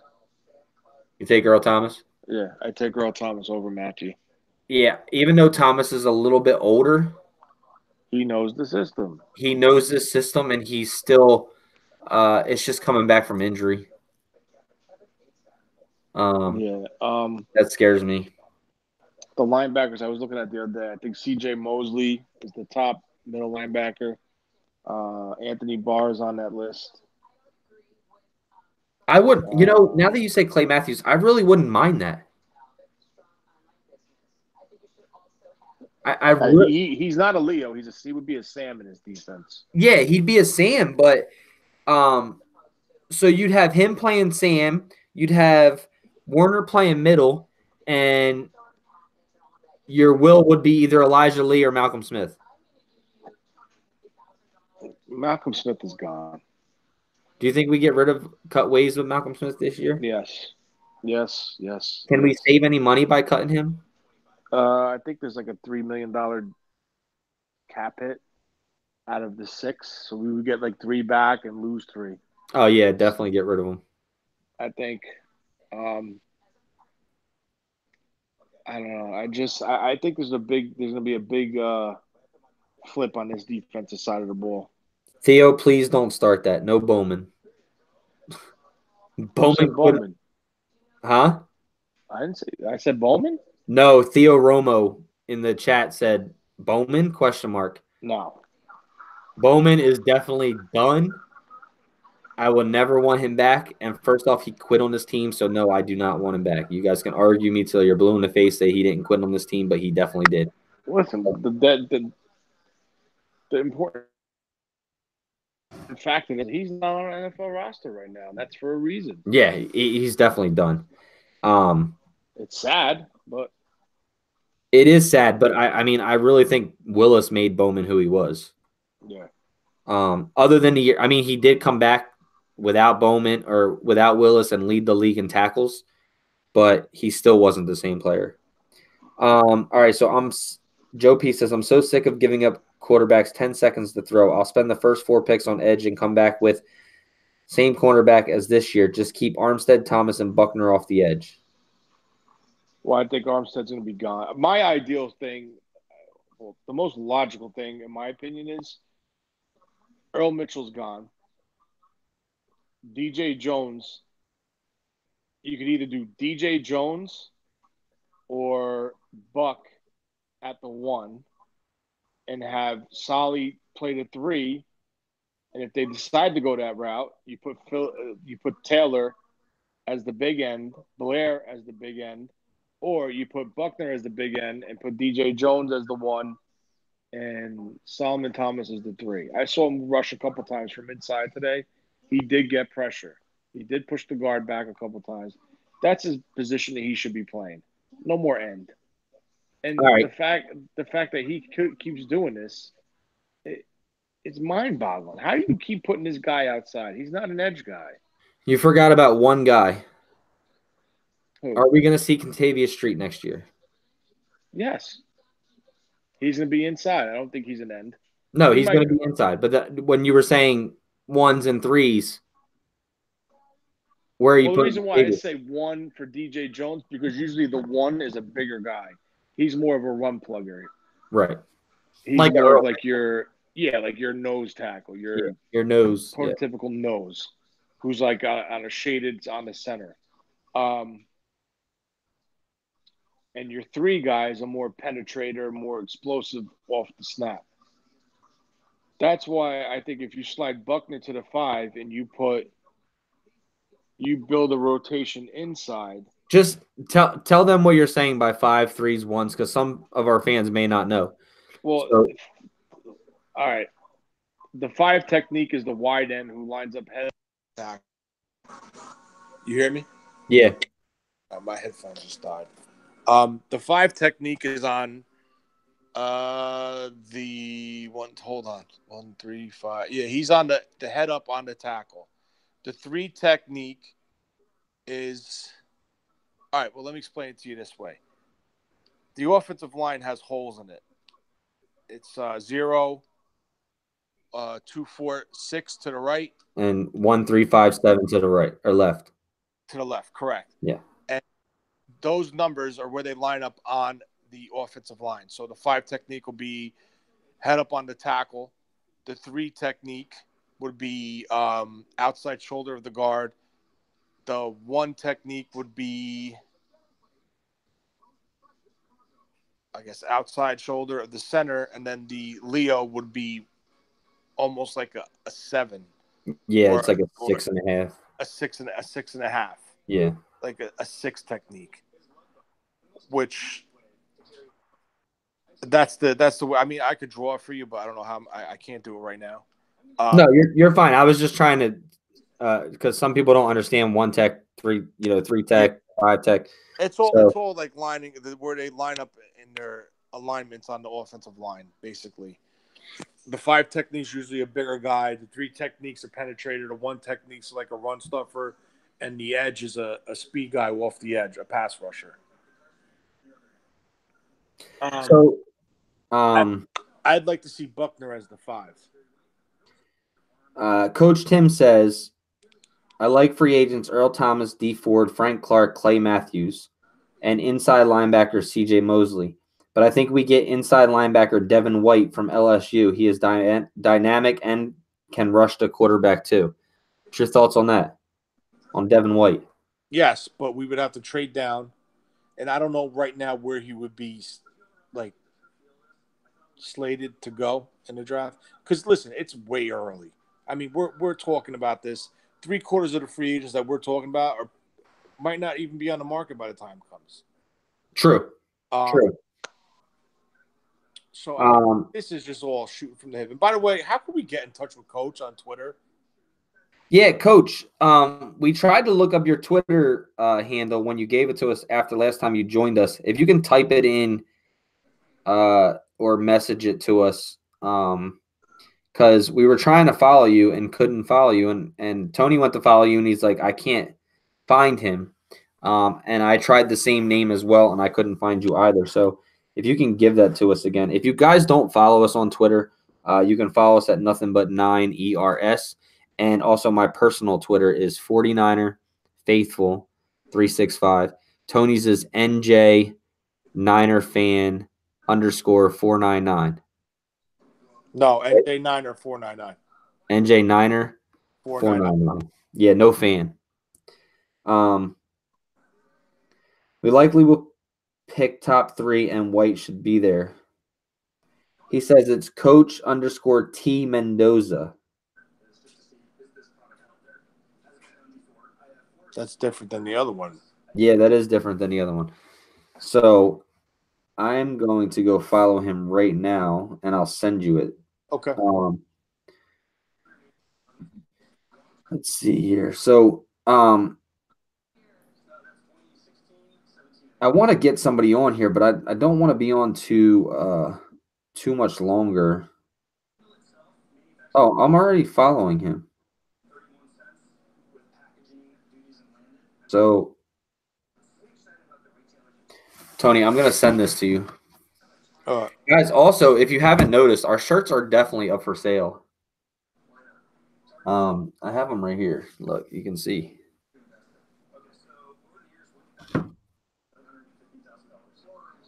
So, nice. There they are. That's the white T-shirt. Obviously, I have a hoodie on right now. I don't even wear the white T-shirt. But I know a couple people have ordered from us. I know Jonathan Rose is getting one. And a couple other Twitter followers have sent me some stuff. So, but yeah, let me, I'm going to send this to you, Tony, in a second.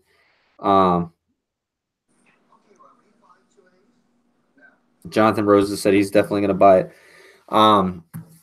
Ward's not going to get traded anyway, Cedric, because Theo. So, Theo. So the hoodies are $40 plus shipping, and the T-shirts are $30 plus shipping. So, yeah. So that's the price of those.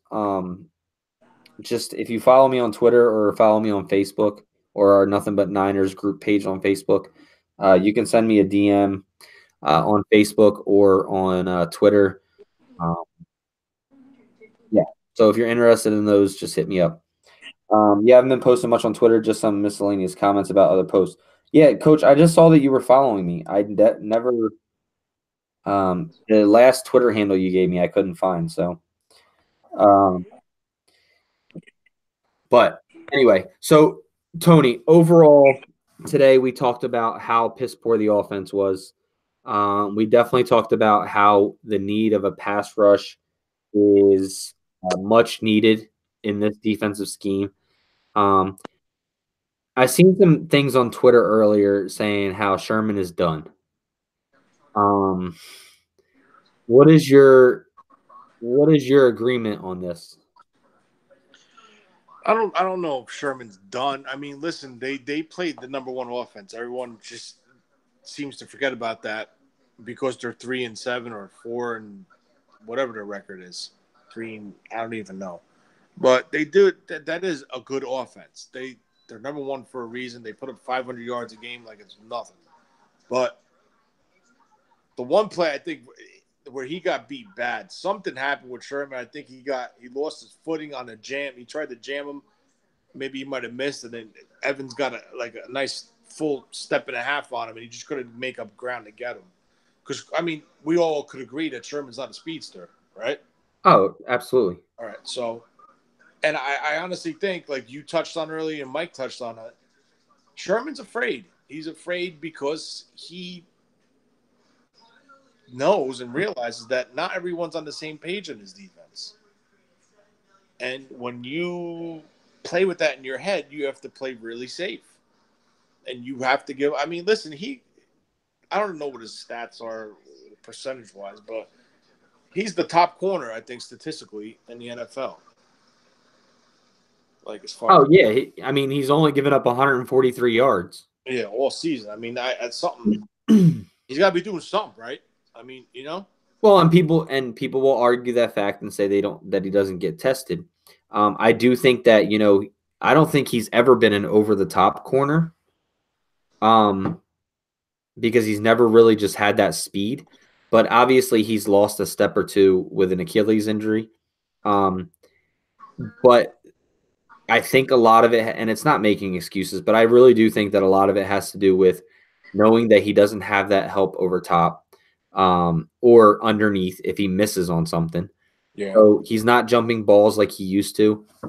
Because if he jumps it and he misses it and the guy catches it, he's going a long way. Yeah. Because he knows that his safety's not getting over top or his safety's not getting giving him that coverage that he needs. So I definitely I think that I don't think he's done. I think it's just what's around him as well. Sherman has always been a corner who covers one side of the field. He doesn't move, and that's the way the scheme and system is built. But I don't think that he gets tested enough, and it's because of the respect that he has built.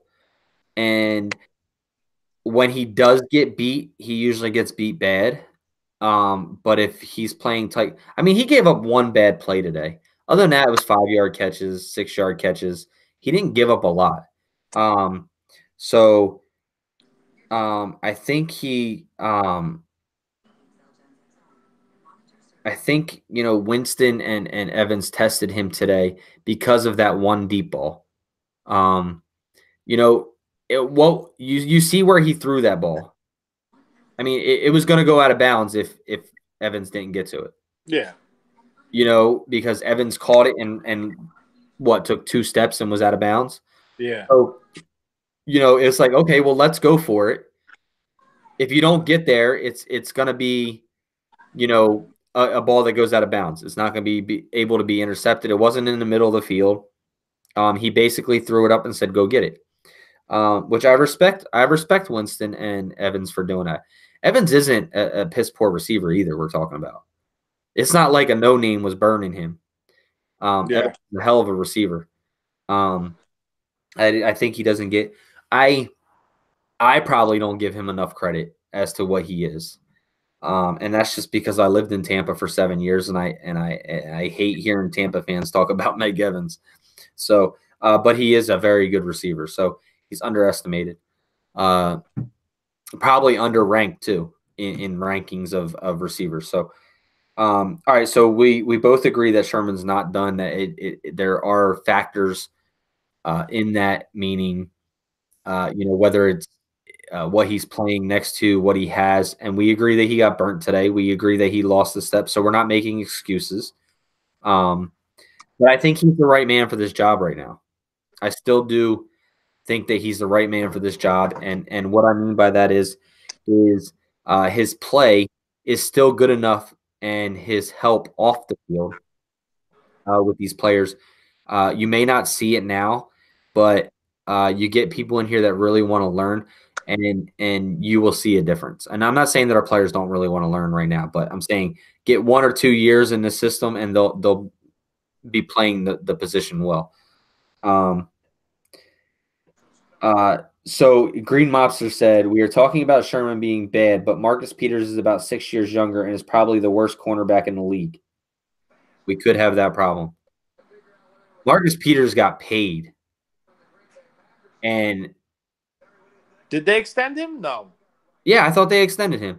I don't know. Maybe it was just he got traded, and maybe Kansas City actually seen what they said they traded him because of head problems.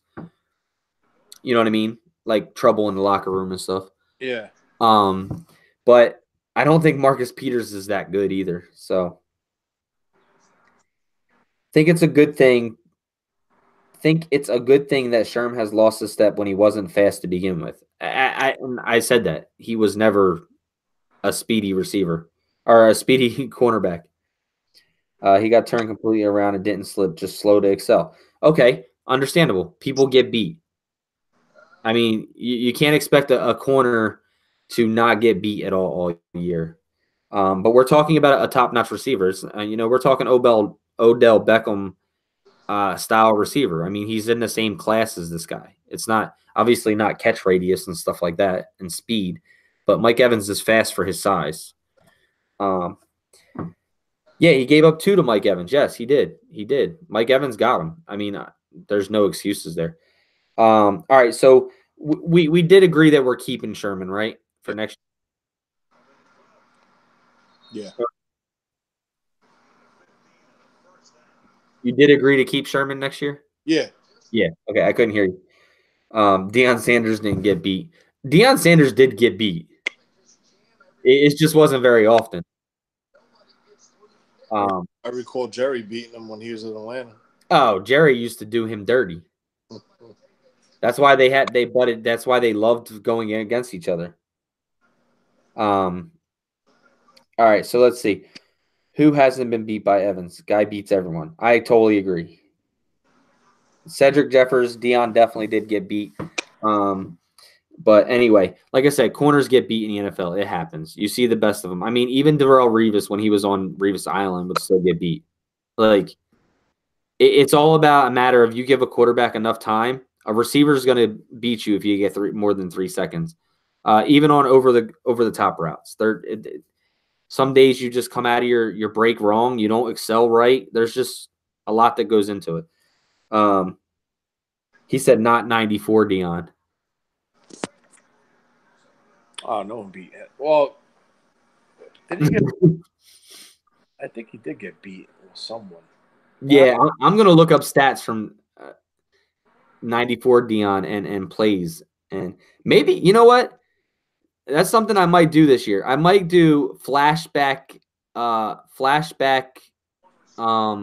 highlight reels for the YouTube channel.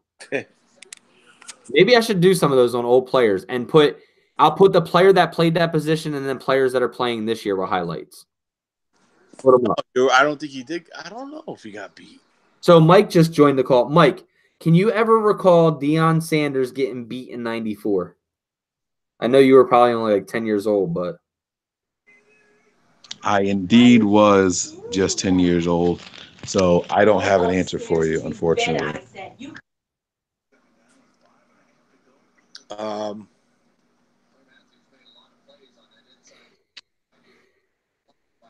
So he said Randy Moss would have beat 94 Deion. I believe that. Randy Moss is phenomenal.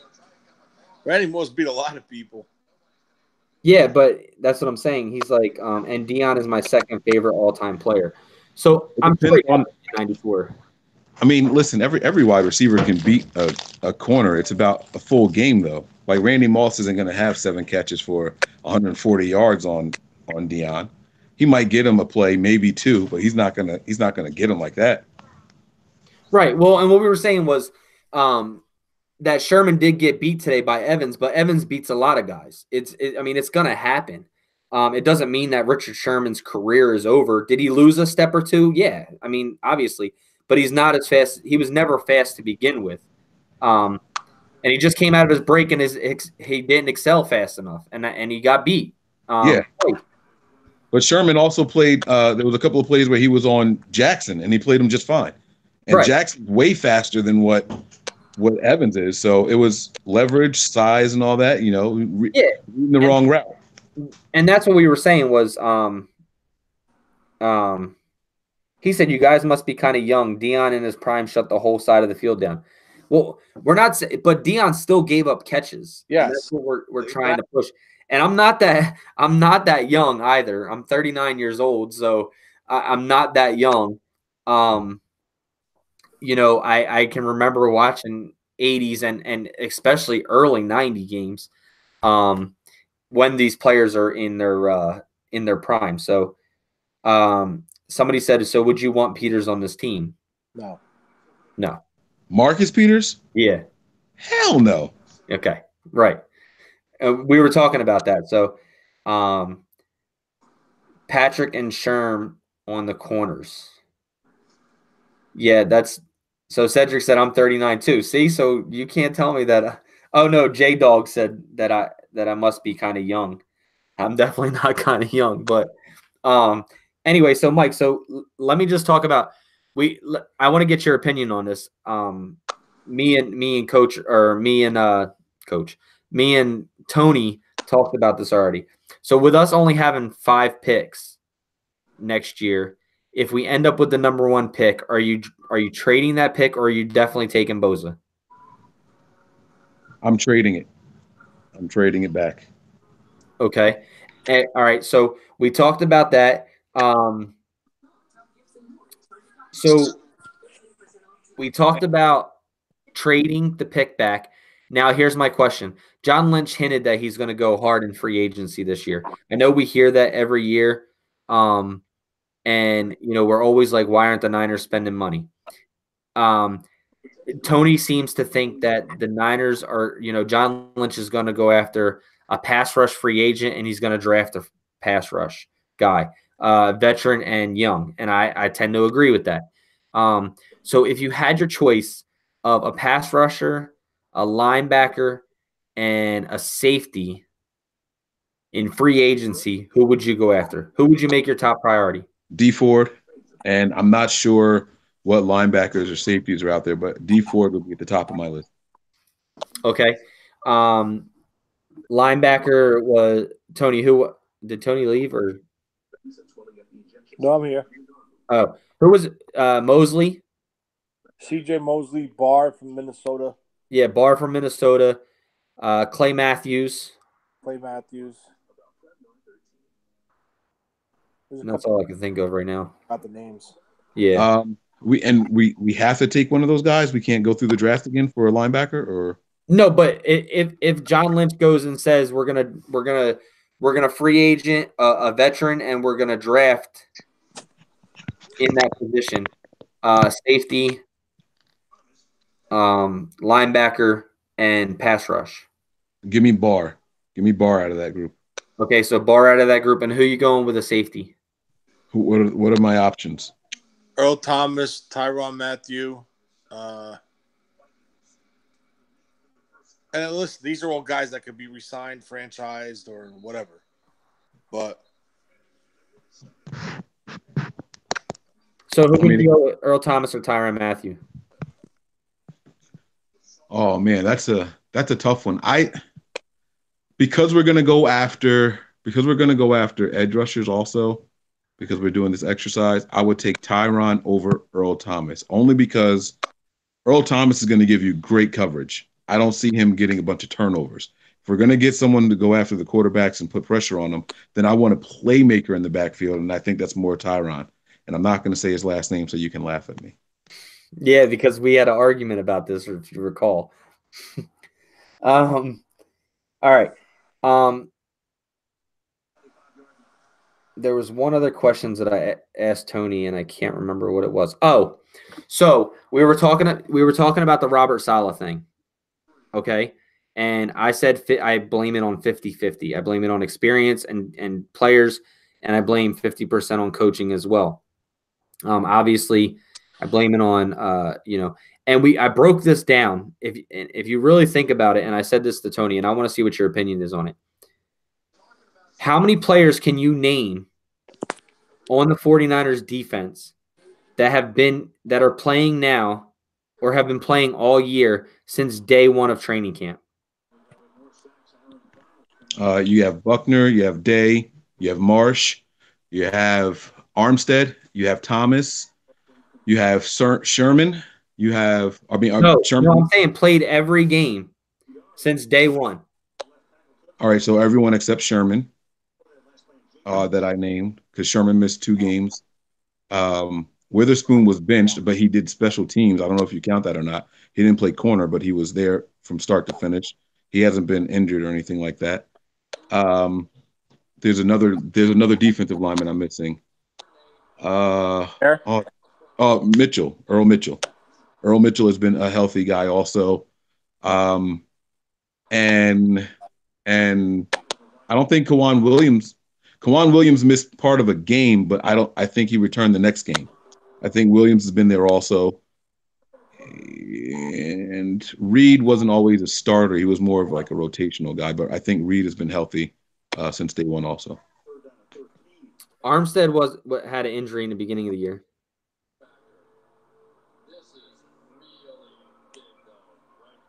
Right? I thought he might have. I don't know. Yeah, I can't remember. Missed a game or 2. Okay. All right. So anyway, my point to this question is we talked about this earlier. This defense is not playing. It's kind of like how Kyle Shanahan was standing at the podium when he got asked the question, do you envision McKinnon and Breida in the same backfield? And Kyle Shanahan's response was, I've been envisioning that. Like, that's what I envisioned the whole entire offseason, right? So with that being said, Robert Saleh is going into his second year as a coordinator. No, this is his second year. Mm-hmm. Yeah. So he's in his second year as a coordinator. Mike threw up 3. I'm like, wait. Yeah, no, well, you said he's going into his second year. Well, I mean, he's going into his third. Yeah, this is his second year. So, second year as a coordinator. The turnover that he has had since year 1 has been drastic. Agree or disagree? Since year 1. So from last year to this year. You're saying the turnover at his roster? Positional wise.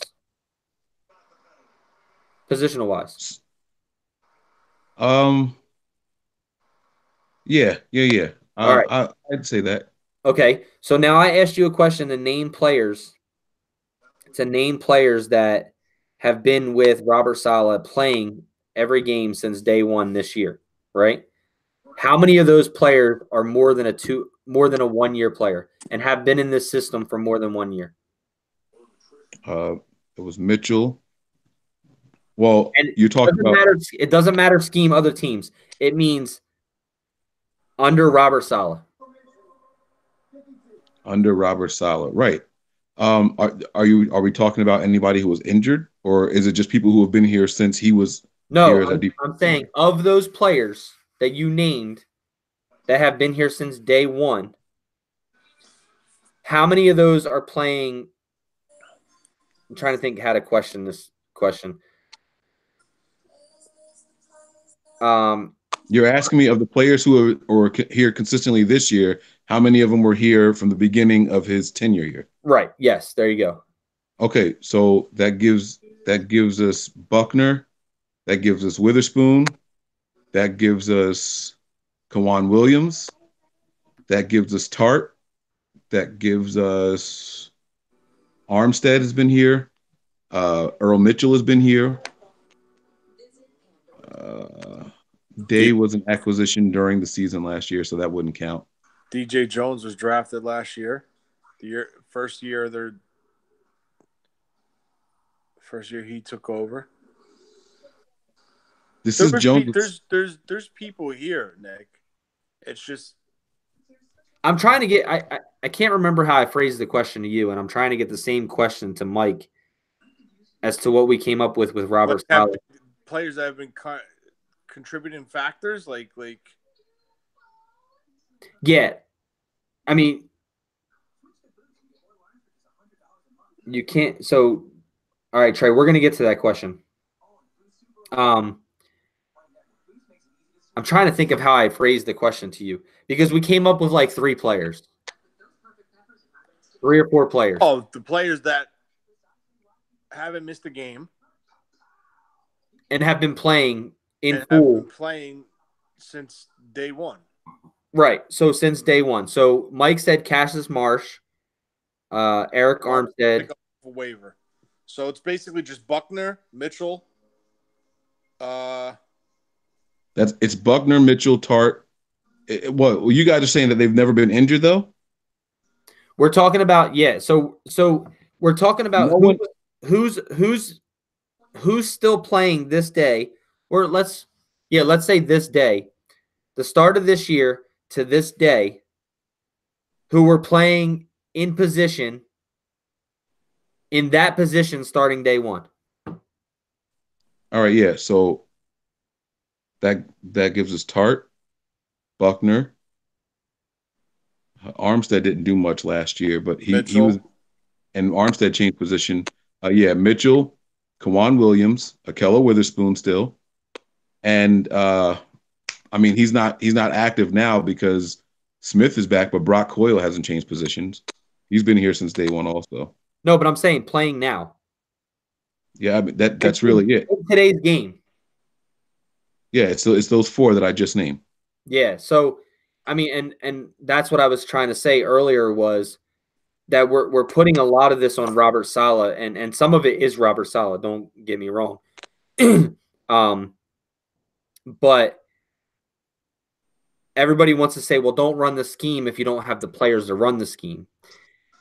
I can't agree with not running the system if you don't have the players, because what he envisioned with players from day one has drastically changed going into week 10, or drastically changed probably throughout the entire year because we've had injuries all year, and we're back.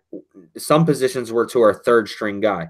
DJ Moore played today, right? Moore played today. Reed played today. Lee played today. Julian Taylor played today. Elijah Lee played today. Who else am I missing on the defensive side? Elijah Lee, Moore, Reed.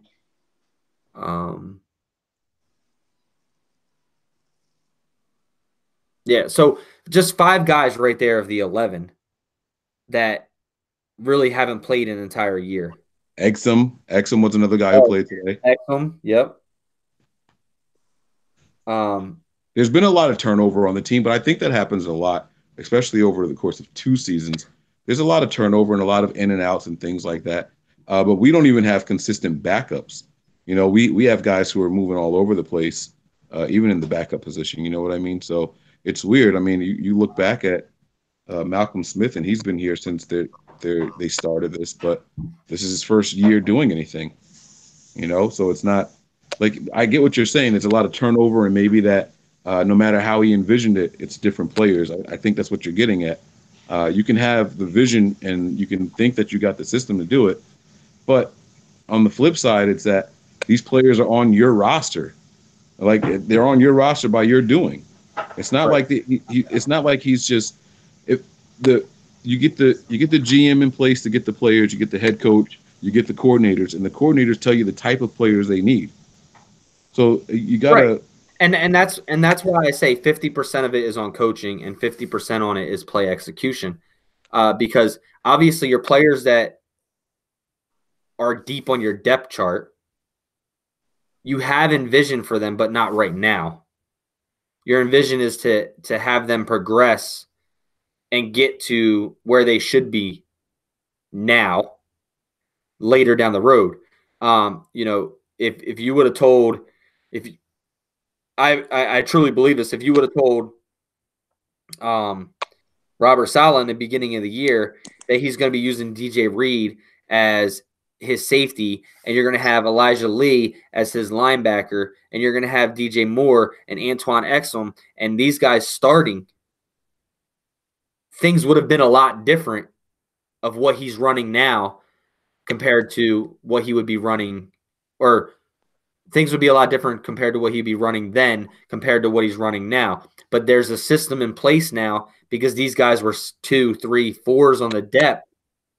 His 2s, yes, I can understand 2s knowing how to step in, but when you get to the 3s and you get to the 4s, that is where talent comes in. That is where over-the-top help, safety covering sideline to sideline play comes into position. You can have 2 good corners out there that you envisioned your season with, but if you don't have that pass rush, those corners are going to get exposed.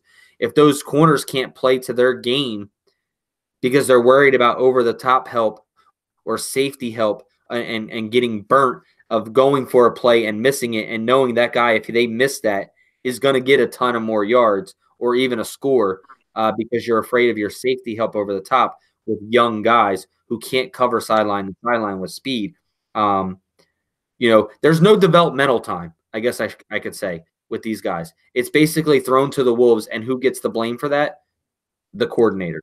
Because you as a fan, you as an undermining guy of a coach is going to say, well, the coach needs to put people into position to play. You got to remember, guys, they're not practicing at full speed. They're practicing at walkthroughs. They're not going up against other NFL wide receivers who are out there to beat them. You're going up against scout teams and stuff like that. So, which I don't give a shit. You can put a scout team out there that runs the same plays as the Tampa Bay Buccaneers do, but you're not putting a Mike Evans up against you. So you're not putting a Deshaun Jackson up against you. So I think communication is big. There's only one. I mean, you saw that today. Fred Warner went out for a play or two. Elijah Lee took over as the was it 2 or 3 plays, I think. Just instances like that where communication is big and getting that camaraderie, I guess you could say, or that cohesiveness. There you go. I was looking for a right word to use for that. Cohesiveness and the ability to feed off of each other is not there. And all these great defenses that play so great have been, you add maybe one player. You don't have to, you're not adding 6 players. You're not adding 7 players to a defense.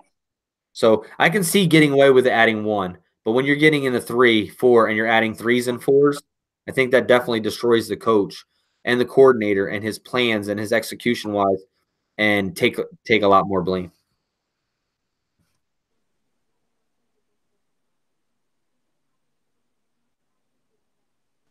I think that the same thing can apply for the offense, right? I mean, that's like saying that we can't really beat up on Shanahan because of the offense. But you said that the play calling was really bad today. I mean, Shanahan has probably got more turnover than even Robert Saleh has. You don't think? Well, I mean, he was down 3 receivers right off the bat. He's down 3 receivers. He's on his third. He's on his 3rd quarterback. He's using his 2nd and his 4th and 5th. No, he's using his 2nd, his 4th and 5th running backs.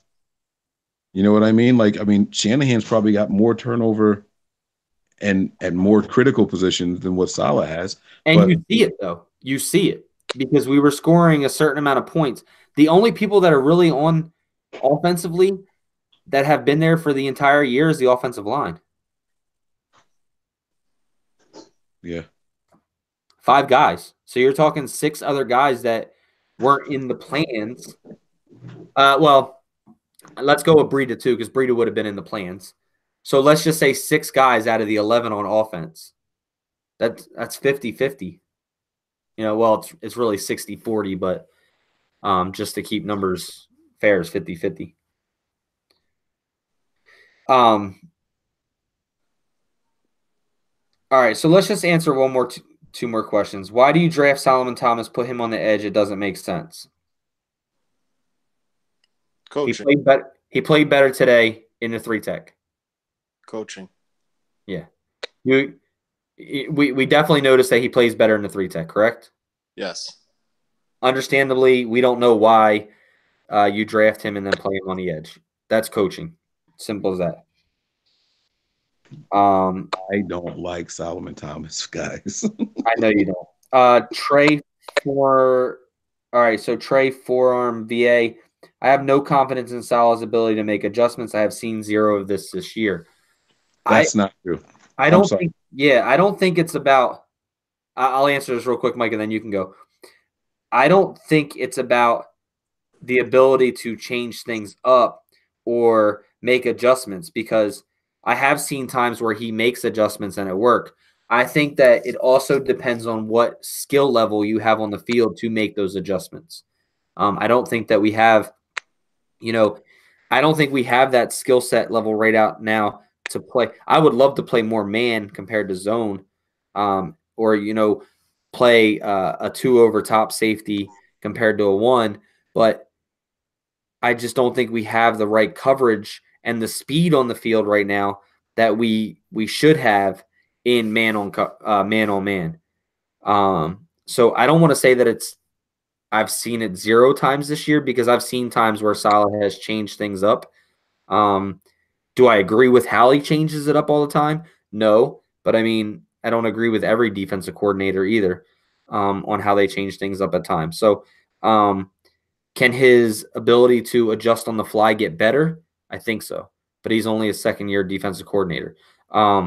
And really, he's not even in a full year playing with the same players.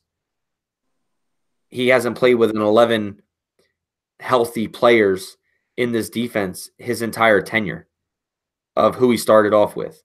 So I think that has a lot to do with it. And yes, some of that is coaching, but I don't think he has the inability to change things up, but I think he has the lack of talent to change things up, and I think that he could get better at when he changes things up, how he changes things up. So I agree to a point. Mike, Tony, what are your thoughts? Go, Mike. Go ahead, Tony. No, go ahead. Go ahead. I was just going to say, for all the stuff that I give Robert Saleh, this guy tries. I can say that he tries with certain things. He won't abandon his principles, the zone. He won't abandon his principles of the core of his defense, but he mixes stuff up a lot. He disguises a lot of things. He really does. I can honestly say that Robert Saleh tries. I have no problem with admitting that to you guys, whether it's successful or not, whether it's the player execution, which is what Nick has been harping on there. It's a different story, but this guy tries. He puts a lot of effort and thought into every single game plan. No 2 game plans are the same, even though the results look like they're the same. But he mixes things up a lot. He moves players around. He's out there playing chess on a defense that's supposed to be very simple, and he's making it complicated by his movements and things like that. But he does try. To say he doesn't adjust, it's just not fair. I do think that he has a plan for the week, and he sticks to that plan for the week, but he mixes things up from week to week. I agree. I agree with you said, Mike. He does try, but some of his decision-making is still questionable. And the one thing that really just bothers me is year 2 into his system, and people still aren't lining up in the right spots. That's coaching. But on the other hand, it's people coming in and out of the lineup, not getting reps. So, I mean, has he been given a fair deal? No. Does he need to improve on his end? Absolutely. So, I mean, it's not all 100% him, but, I mean, there's just some things that really just bother me about him. So, yeah. Coach Tim says Saleh does try. He has been making more adjustments as the season has gone along for sure. He has been experimenting or playing chess, as Mike says, a lot more now than before. Jay says, I feel you, but there's no excuse for the lack of blitz called against quarterbacks that struggle all season against the blitz. I think that the problem is that we don't send the blitz very often, because if we miss the blitz, our secondary is not holding up. our safeties, our corners. And that goes to, and not to say that Richard Sherman or Kello are bums or things like that, but that does go to show talent. Nick, we can't see you, just so you know. Yeah. How about now? Better? Sorry. I think that goes to is if we get missed on that, if we get missed on the blitz, then it's going to go in this zone coverage. There's so many holes that receivers just go to on hot routes, and they have sit down holes in this defense to where they're going to beat us either way. So it's lack of execution on the blitz, I think, and I do think he's a little gun shy on calling the blitzing because of factors like that. That's my thought on that. Yeah, I agree with you. You know, a lot of people were trying to kill him for not going after Eli Manning last week or last game, not last week, but last game. But you have to look at what you do when you blitz is you're leaving your secondary exposed a little bit. You know, you're putting a lot more one-on-one situations out there. You don't want a one-on-one with OBJ. You don't want a one-on-one with Evan Ingram. You don't want a one-on-one with a Sterling Shepard, or a one-on-one with Saquon Barkley. And so it's give and take. But I do think that there's times where, you know, it's got to be, you know, we got nothing to lose in this situation. We got to go for it. I would like to see that a little bit more, but not as much as the fans say afterwards. That's when I think fans just say, look at this quarterback. He struggles against the blitz. We should be blitzing once every drive or something like that. I you know, I don't necessarily agree with that frequency. There are times towards the end of games, especially when the game is close. But see, at the same time, when the game is close, it's like, all right, but if we give up a big play, then we end up losing the game. So it's tough, man. It really, really is. It's complicated. It's not just, you know, no matter what, you're going to say, well, that didn't work. We should have tried the other way. You know, you're just kind of stuck in that situation. So I don't know. That's just my 2 cents on it. Everyone says they want to see us blitz more, but when you blitz more, like I said, you leave the secondary exposed more. I think Coach Tim says it perfectly here. He says basically Saleh is damned if he does and damned if he doesn't. Nobody is going to be satisfied with him because they are expecting too much right now. Face it, fam. And what I mean by saying that I agree that he says it perfectly there is that I think Saleh needs to learn more of when to call blitzes and when not to. There are times he calls blitzes in cases that he shouldn't call a blitz, and there's times he doesn't call a blitz when he should call a blitz.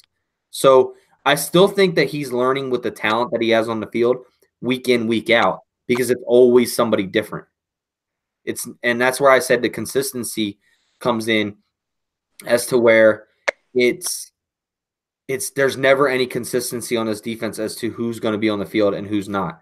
And when you go through walkthroughs, you're not getting the same talent that, you know, you're going to see game day, or same speed that you're going to see game day. So players being evaluated are going against scout teams. And I think that's why I do think that he can progress and get better.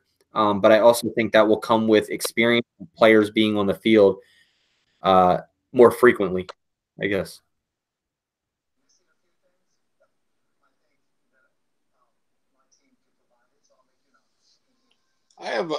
I want to touch on something, if you guys don't mind. No, go ahead. Why, Mike, I mentioned this to you earlier.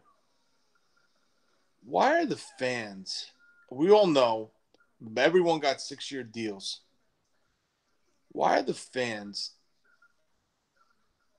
calling for Lynch and Shanahan? Please, could someone explain this to me? I can't, because I simply don't have an explanation for it. It's ridiculous. It really is. Nick, what do you think?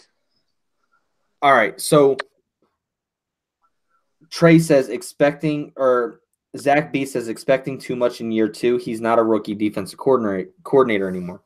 And this is where fans are going off the cliff. No, he's not a year 2 defensive coordinator. But the players that you're playing with, He doesn't have a consistent number of players that have been in this system for 2 years to make him a second-year defensive coordinator. He's changing it week in, week out with execution and ability of the players that he's playing with.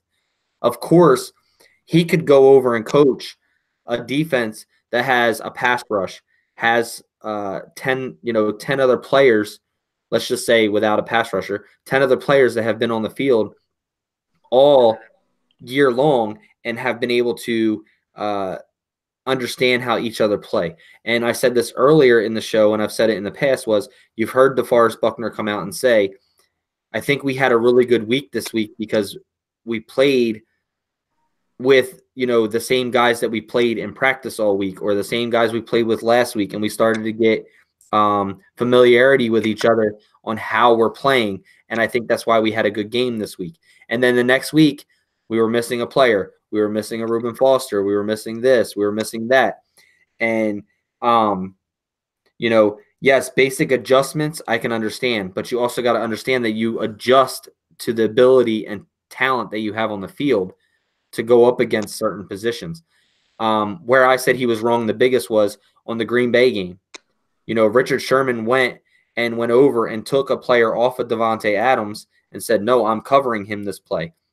Now, did he get yelled at for that? And is that why he didn't switch over and do it again? Nobody knows. But, I think that he takes the heat because, Robert Saleh takes the heat because maybe he's not making those adjustments to where, okay, our best corner who's on the field should go up against Davante Adams right now because he's going to be a prime target on this last drive. He didn't make that adjustment. And I gave him shit for that. But you got to also remember that he's not making these adjustments. It could be that he's not making these adjustments because of the lack of talent that he has on the field. We're playing with third and fourth string guys, and some places even fifth string guys, coming off of practice squads, playing in positions where starters that aren't on the field were playing. Elijah Lee, DJ Reed, Moore, these guys coming in who haven't played a full NFL game week in, week out. So I can agree that there's things that he can get better at. We're not saying that. But to call for his head right now and say, well, he's not a rookie defensive coordinator anymore. No, he himself is not a defensive coordinator, rookie defensive coordinator anymore.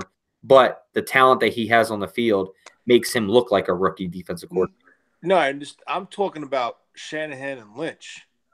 No, I understand that you are. I was just answering that one question to where the guy said, why are we not, he's not a rookie defensive coordinator anymore, so why are we acting like it?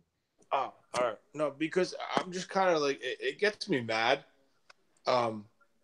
Constantly hearing these fans call for Lynch and Shanahan fired, hot seat, this, that, this. They were both given 6-year deals. Lynch was taken out of a freaking press booth that was announcing the championship game for Kyle Shanahan before he got hired. So, I mean, I don't know what you guys, well, not us, but like the fans expect this guy's going to do.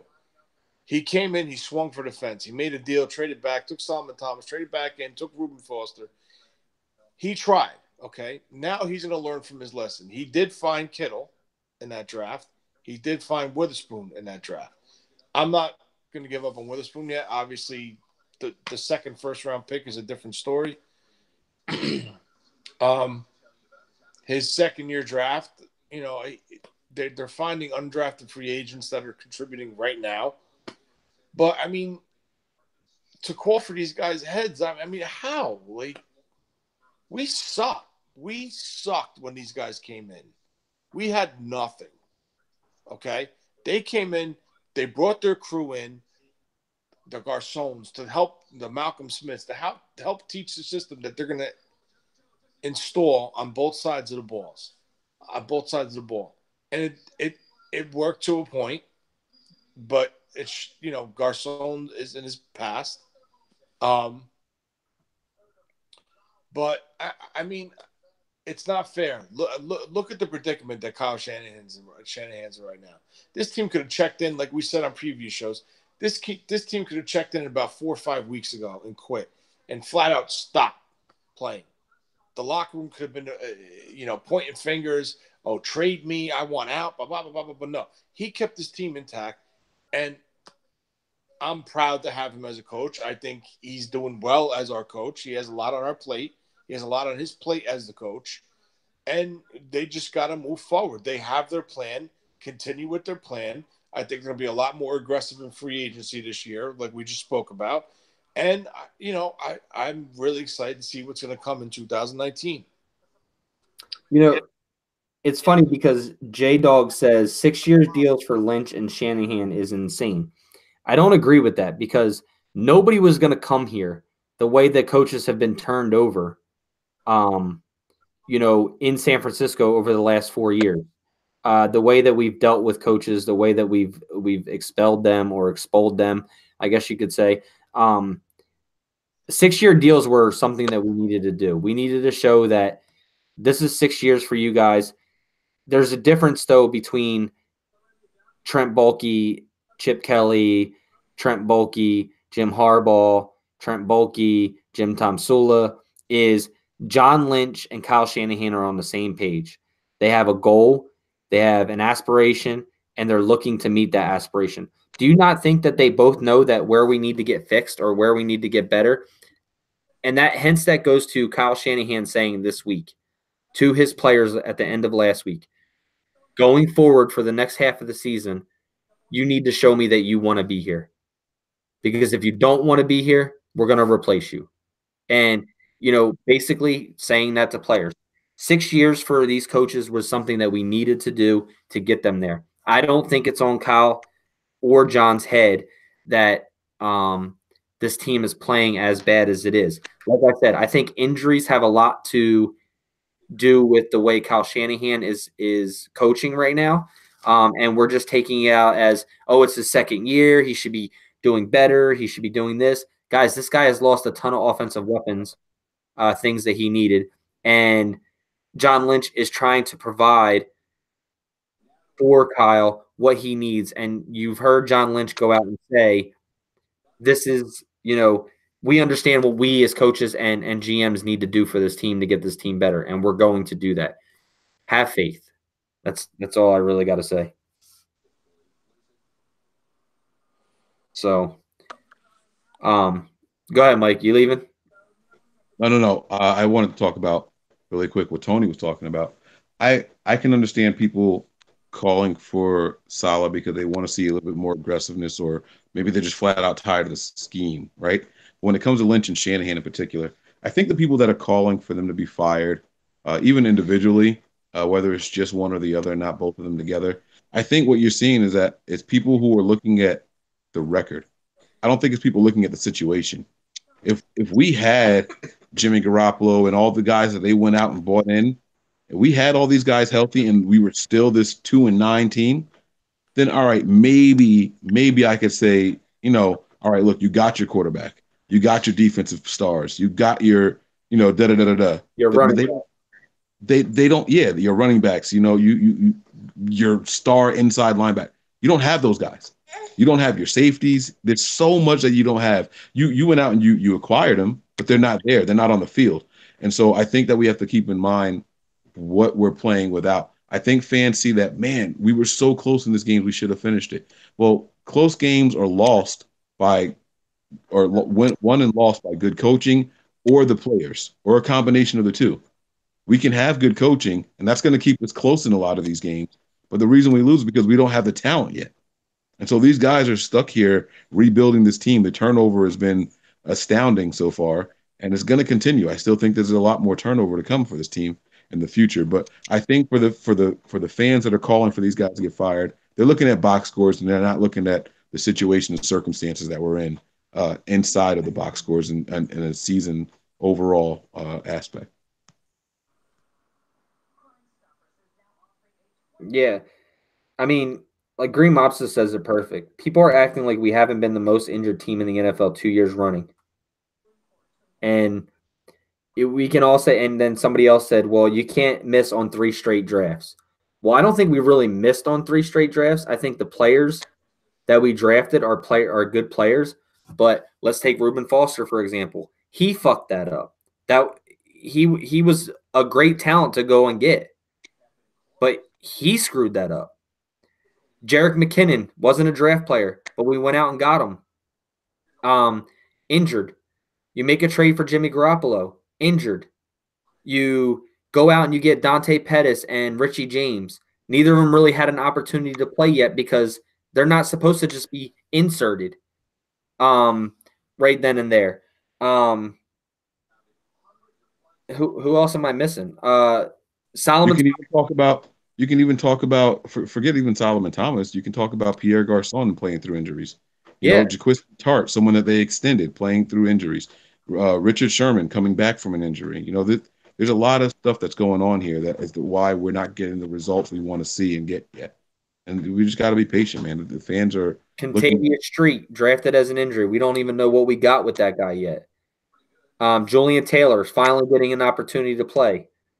You know, you can't say that it's a busted draft because you lose Reuben Foster and you don't like Solomon Thomas. Like, some picks are going to pan out. Look at Matt Breida. He's an undrafted guy.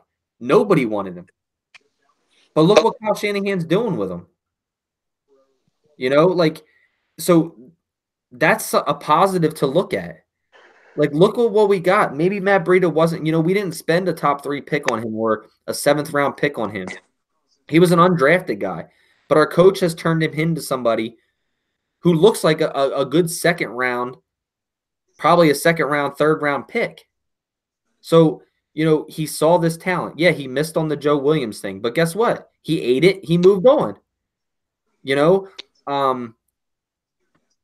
there's just, you know, there's a lot of idiocracy, you could say, with the fan base and calling for Kyle and John's heads, because it's not that every player they picked was busted. It's either A, injury, or B, they fucked it up themselves. You know, I can't call Reuben Foster a bust. Like, yeah, did he have some shoulder stingers? Did he have this and that?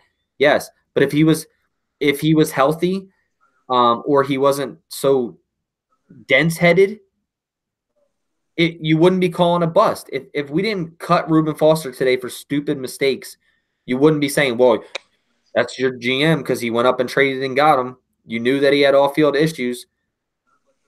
You got to take chances in the NFL sometimes, guys. And I don't think this is busted draft classes. I think we've hit more on draft classes than we have in Trent Baalke's whole era. I mean, look at George Kittle. I mean, 5th round tight end. He's leading the league.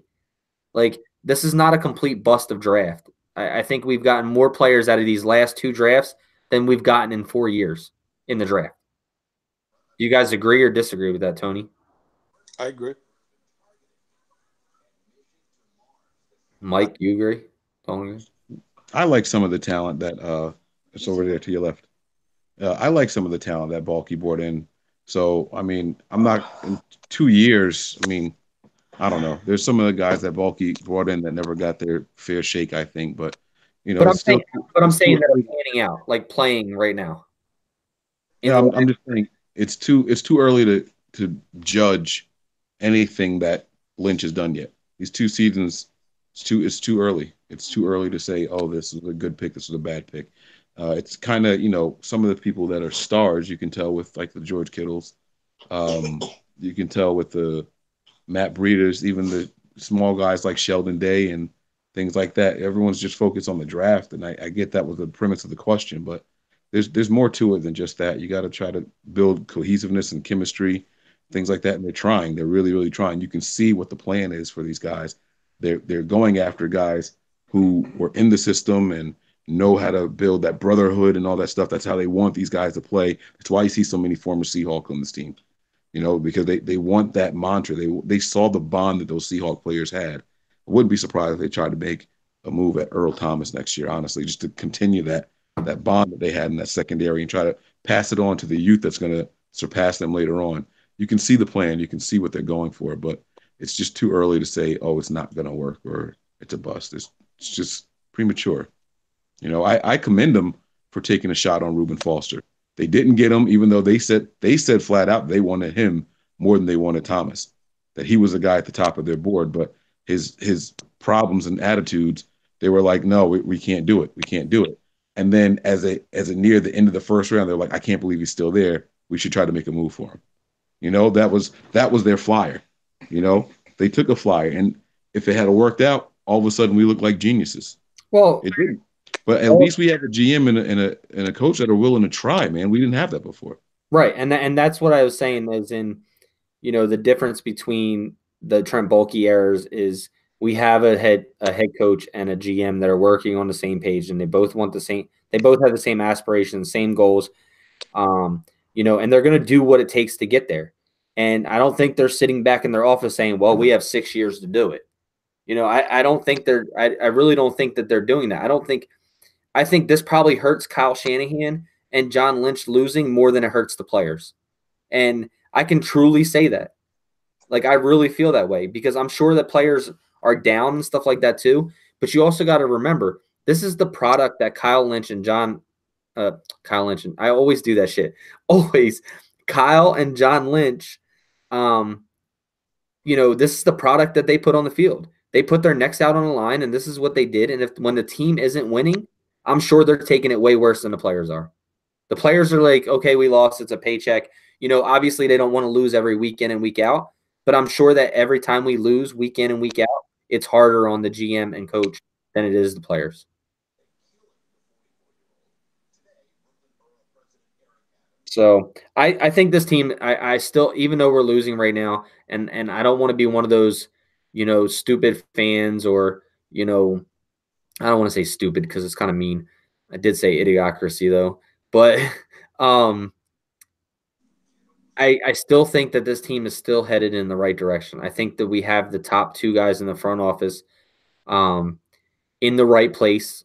I think that they will change this team around, whether it be 2 years or 3 years. I still think by the time this contract over, I still think we have a Super Bowl, at least one Super Bowl by the time this contract's over. And that's 4 more years.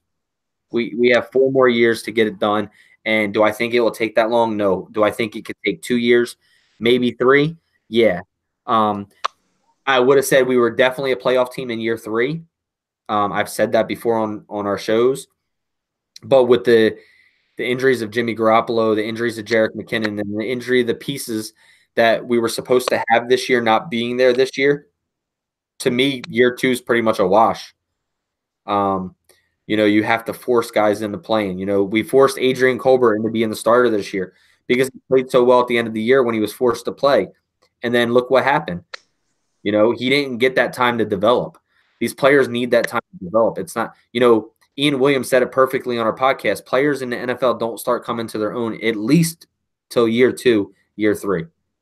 So, guys, just stick with it, man. Like, stop calling for Saleh's head or Lynch's head and Shanahan's head, and really think about the talent that is on the field right now when you call for Saleh's head. And I understand that everybody's upset with, play calling or ability to adjust, and there are things that he can get better at. But I think talent also has to do a lot with it. So I'm pretty much I'm pretty much done for the night. I know Tony's got to head out of here. I know Mike's got to head out of here. He's got an infant over there. Tonight's the season finale of Walking Dead, and I already missed that, so I guess I'm gonna be DVRing and watching that shit tonight. But guys, make sure you pick up your shirt because it's a hot item right now. So, get these ugly shirts. You can wear it as your ugly sweater to your Christmas party, because it's ugly and all. So, but anyway, that is the birth of a dynasty. That is the exact way Clark played, with every number and position, every number and player in the position that they were on during the catch. And obviously, you can get the NB Niners and 87 on the back end support. So you can, if you want that, just send me a message or whatever. There are $20 or $30 a t-shirt plus shipping, and $40 for the hoodies. Same exact shirt, just on a hoodie. So it's getting cold out unless you live in California or some of those warmer weathers states. But you guys just let me know. You can DM me if you're on Twitter at 49faithful365, or you can send an email to either at Nick or Nick at nothingbutniners.com or Mike at nothingbutniners.com. Or you can just send it to nbniners at nothingbutniners.com. I'll get all those orders there. Right now, guys, I'm taking payment, ordering shipping to you guys, getting the shirts done. It's probably about a week and a half turnaround. So if you guys want to get those shirts around, and then I'll send you I can send you the invoice of what it's going to cost, and then send the receipt with the package as well. So, but yeah, make sure you guys pick that up. Make sure you check out nothingbutniners.com, as well as us on Twitter at nothingbut9ers. You can also follow us on Instagram, Nothing But Niners group page, as well as Instagram, Nothing But Niners. And also make sure to check us out on our podcast level, because our podcasts aren't always the same as YouTube. You get different content there, as well as Instagram Live. But you can check out our podcast at SoundCloud, iTunes, TuneIn, Stitcher, iHeartRadio, Google Play, and you can check that out on any podcast app that you listen to, Podcast Addict, whatever it may be. You can even ask, if you have an Alexa, just say, "Hey Alexa, play podcast Nothing But Niners," and it comes right up and starts playing the latest episode. So you can check that out. I just got a new Alexa and I found that out, and that's pretty damn cool if I think about it. So yes, the hoodies are $40, Dia. $40 plus shipping. So yeah, but my Alexa's starting to play the podcast. She must have heard me say it that time. But yeah, that's all I got, guys. Mike, Tony, you guys got anything else? No, I'm done. I'm good. Tony's falling asleep. Look at him over there. I'm tired. Yeah, no, I'm good too, man. It's a good overreaction show, and hopefully the fans don't jump ship. They don't abandon ship, man. We gotta be the faithful, not the 40-winers. 49er faithful, man. Yeah, stop living up to the 40-winers name, man. And let me see. Prepare for glory, anticipate pain, but always remain faithful. We out.